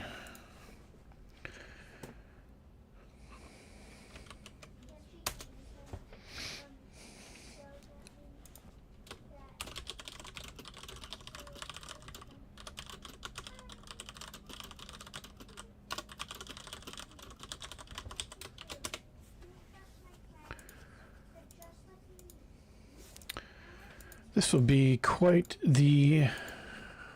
Ooh. So this is the Pro version of corners, kind of the OG balanced version, where it's classic. It's a metal corners map, and it's not as big as the last one, so neither Venom or Stag will be able to get as giant. There's plenty of geos, plenty of other stuff. Here we go. I wonder if we will see any interesting strats. And then, so we're at 7 minutes, real time. Aren't you normally the other blue-green?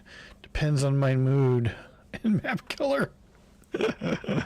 Stagma wondering if Venom is choosing green to make it harder for him to see where his units are.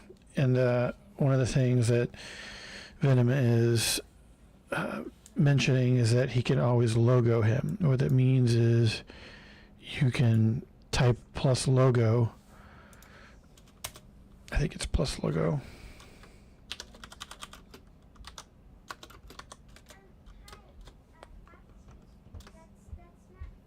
Yeah. So plus logo 05. Nope, I don't know. Plus logo 1. Oh, see, I just changed Stagma to blue, from blue to red. Plus logo 4-1.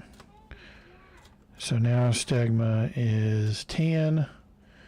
So the first number you type after plus logo space is the color you want to change it to, and the second number is the target. So here we have plus logo.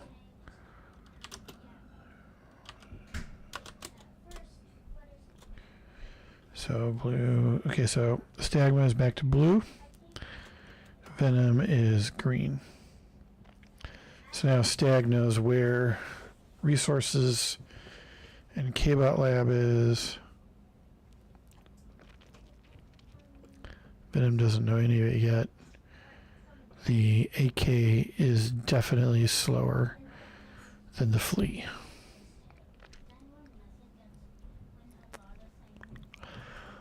Now I will say that if Venom had noticed the Flea early enough and targeted with his missile tower, he would have been able to kill the Flea before it got close enough to see anything.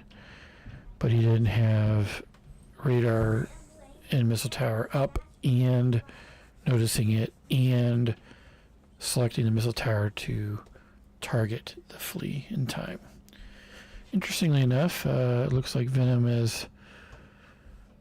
Yeah, he got all the way back to the back and no one noticed. This missile tower he has is not close enough, and Venom might be able to use that to take out a nice D-gun over the mexes. So remember, the game is currently at 10 minutes in real time, and I am at 5. Let's see if I can catch up. In my experience, I don't want to go faster than +8 up here, because if I do, then it will become desynced Just for whatever reason, that's what happens for me. It's a pretty classic approach here with his wind placement for Venom, and similar for Stag. Venom has not started his advanced K-bot yet, like I'd expect him to. Stag has started his at 5 minutes. No, excuse me, at 6 minutes. Just under 6 minutes he started that. And Venom has opted to go to a second vehicle plant. So it'll be interesting because I don't think Stag knows that he has vehicles. All he saw was the one AK, and he marked the K-bot lab. Excuse me, I need to get a drink. I've been talking so much.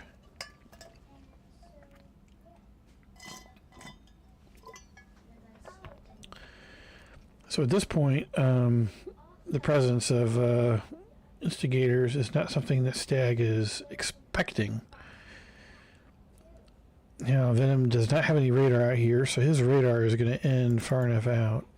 No, Stagman, excuse me, does not have radar out here. Does he have radar at all? Yeah, he does. So it reaches out to about here.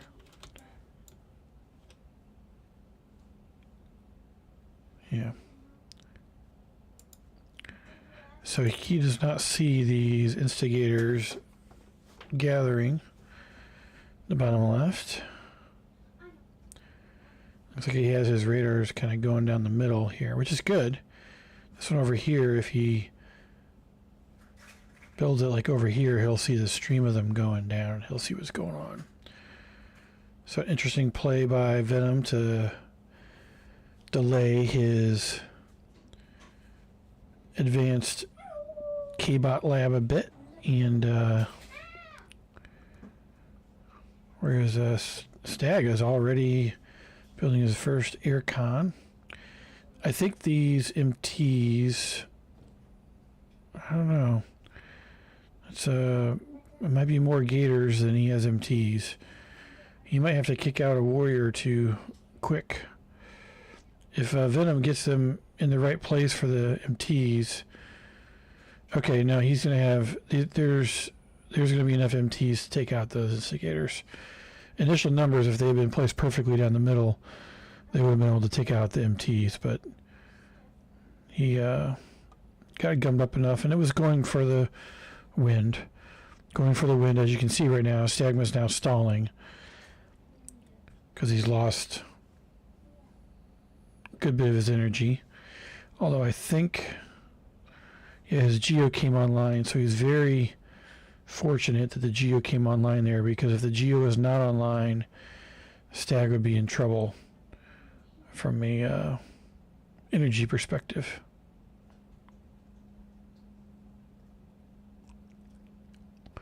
Yeah, he's not even degunning. Stagman's not even degunning because he does not have the energy. I see marking by Venom of Stagman's aircraft plant. He did not mark this fusion. I guess he did not see it. And you can see right now the Stagman's actually ahead on metal. And Venom's stalling on metal, therefore using his commander. But Stagma is just, he's in trouble with energy. And Venom moving these Gators over there, thinking maybe there was another Geo up, but there is not. So there we go. There's Venom's next task will be to group guys back up again, because he knows that it's not going to be enough just to send in one or two Gators at this point. Good intel that Stag had there from those is now gone. Interesting early use of peepers by Stagma.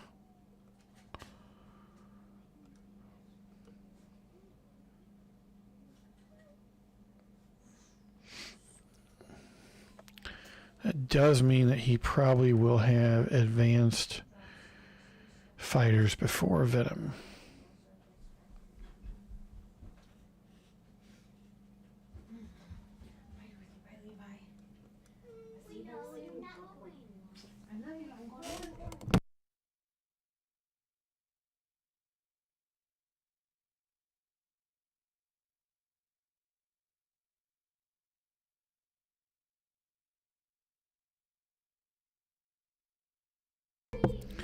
As you can see right now, Venom doing a good job of continuing to push and raid and provide some pressure on Stagma,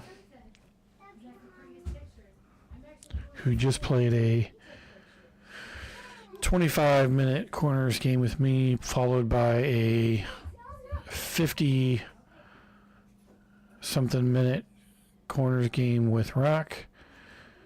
So he has really had quite the gauntlet so far. I feel like Venom had a little bit of a break at one point. So the nice thing about these peepers patrolling is he's getting intel about where the next units are coming from. Because these peepers also have some basic radar.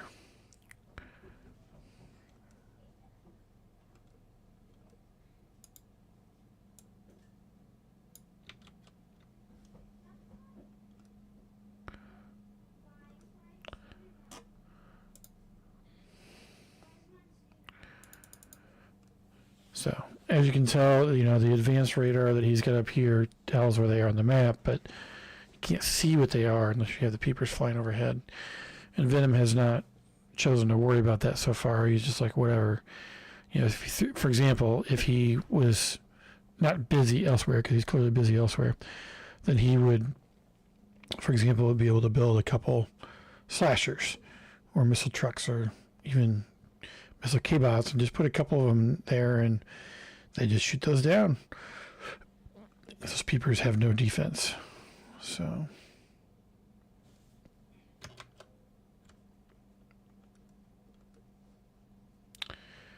here comes another push by Venom. Instigators, pyros.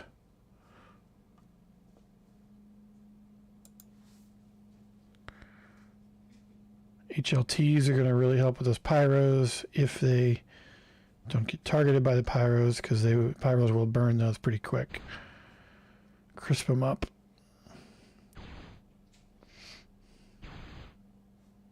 So I'm sure Venom knows that Stagma is working on advanced air, because he's Stagma, of course he is. But he doesn't know where it is. He doesn't know where it is, and he doesn't know how close it is to being done.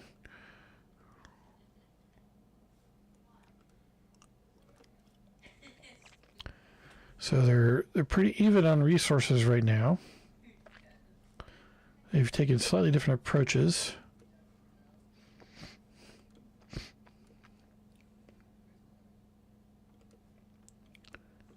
Stagma's almost done with his first fusion. Venom is about just under half.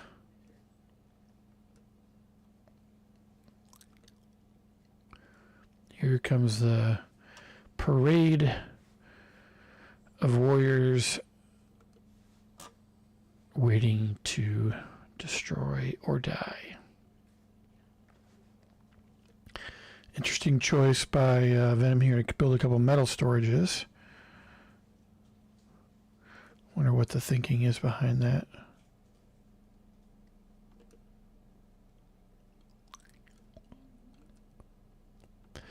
The thing is, with a line of winds like this, even if you have MTs, 4 or 5 bombers can take those out.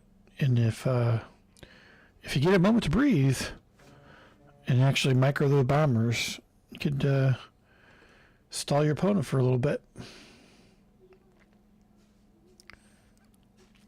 Whereas those gators ain't going to do nothing. There's too many MTs for those gators to get much done. And this is not good that Stagma has made.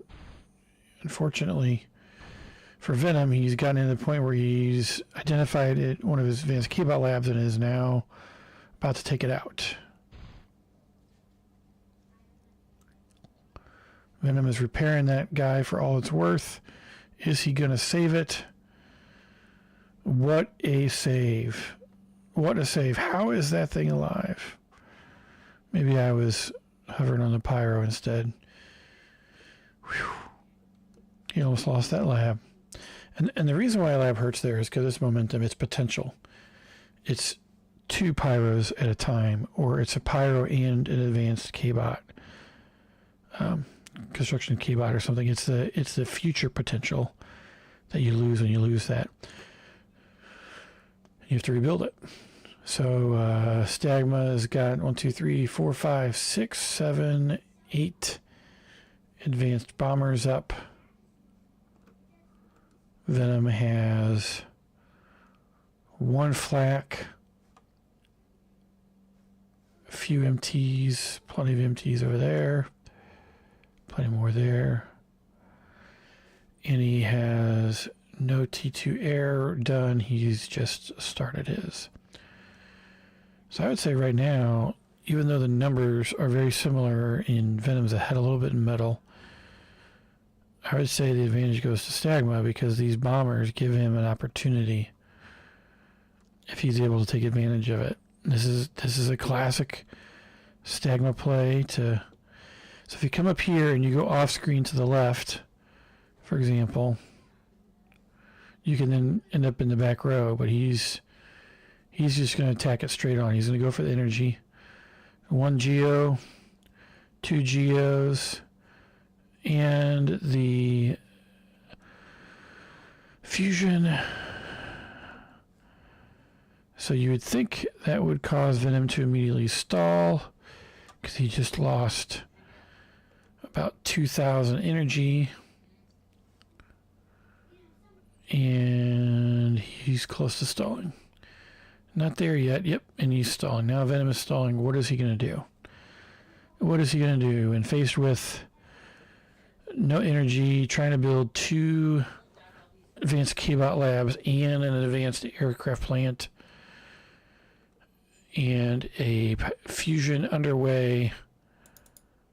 But Stagma has at least seen it. He did not mark it. Looks like he has his comm build some wins. Try to get to the point where he's not stalling, and he probably is going to try to get that fusion done while countering.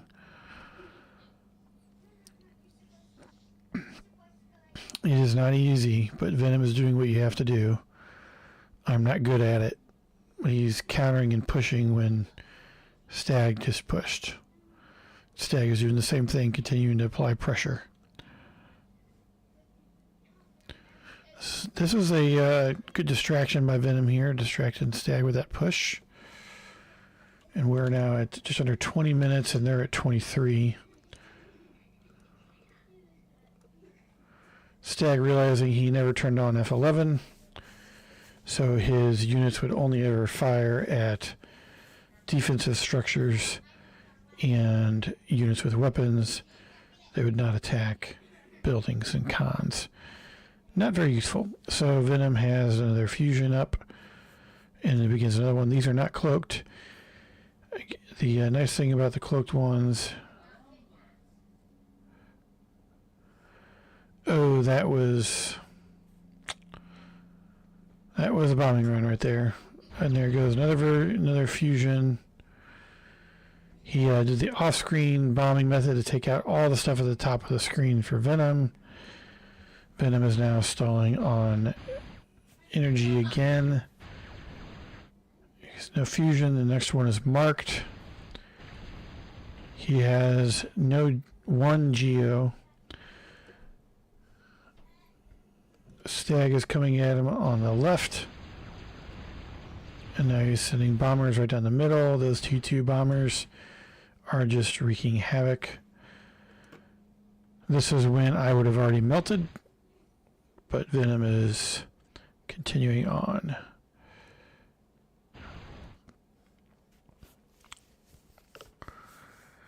I think at this point, Stag might just be telling the rally point for his units to be, his ground units to be in Venom's base. And we get bombing run after bombing run after bombing run. One thing that'd be interesting to know is how different tournaments traditionally have handled the question of bombing at the top of the screen when your bombers are off screen and you can't defend against it. Is that like a etiquette thing of like good or bad etiquette, or Yeah, how do tournament rules usually work? Because I don't think it's like cheating, but you can't defend against it. And if you're on the bottom, then there's not an equivalent that the other team can do to you. So, like, yeah, I don't know.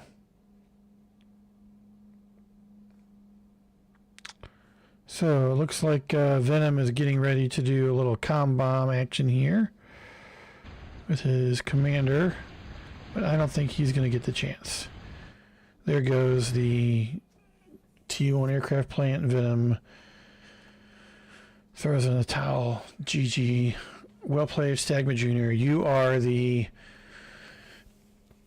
Euro Night ONO 3 Corners Edition champion. Gold medal. Well played. Although you excessed 4,000 medal in the last game. I don't know what to say about that. Well played. Good games by all. I'm glad everybody played. It's great to have 12 players. No, 11. Excuse me, 11 players. Thanks for playing Skink Crusher, Zenthus, Snake Eater, Sabretooth Rage Gamer, Venom, Jorn, Metin, Stagma Jr., Rock. Thank you for those games. They were wonderful. It was fun to play, fun to watch. I eked out a victory against Zenthus. I lasted 25 minutes against Stagma Jr. on corners, which I think is, if I've played him 1-1 or before, I don't know if I played as well as that. I probably did not. And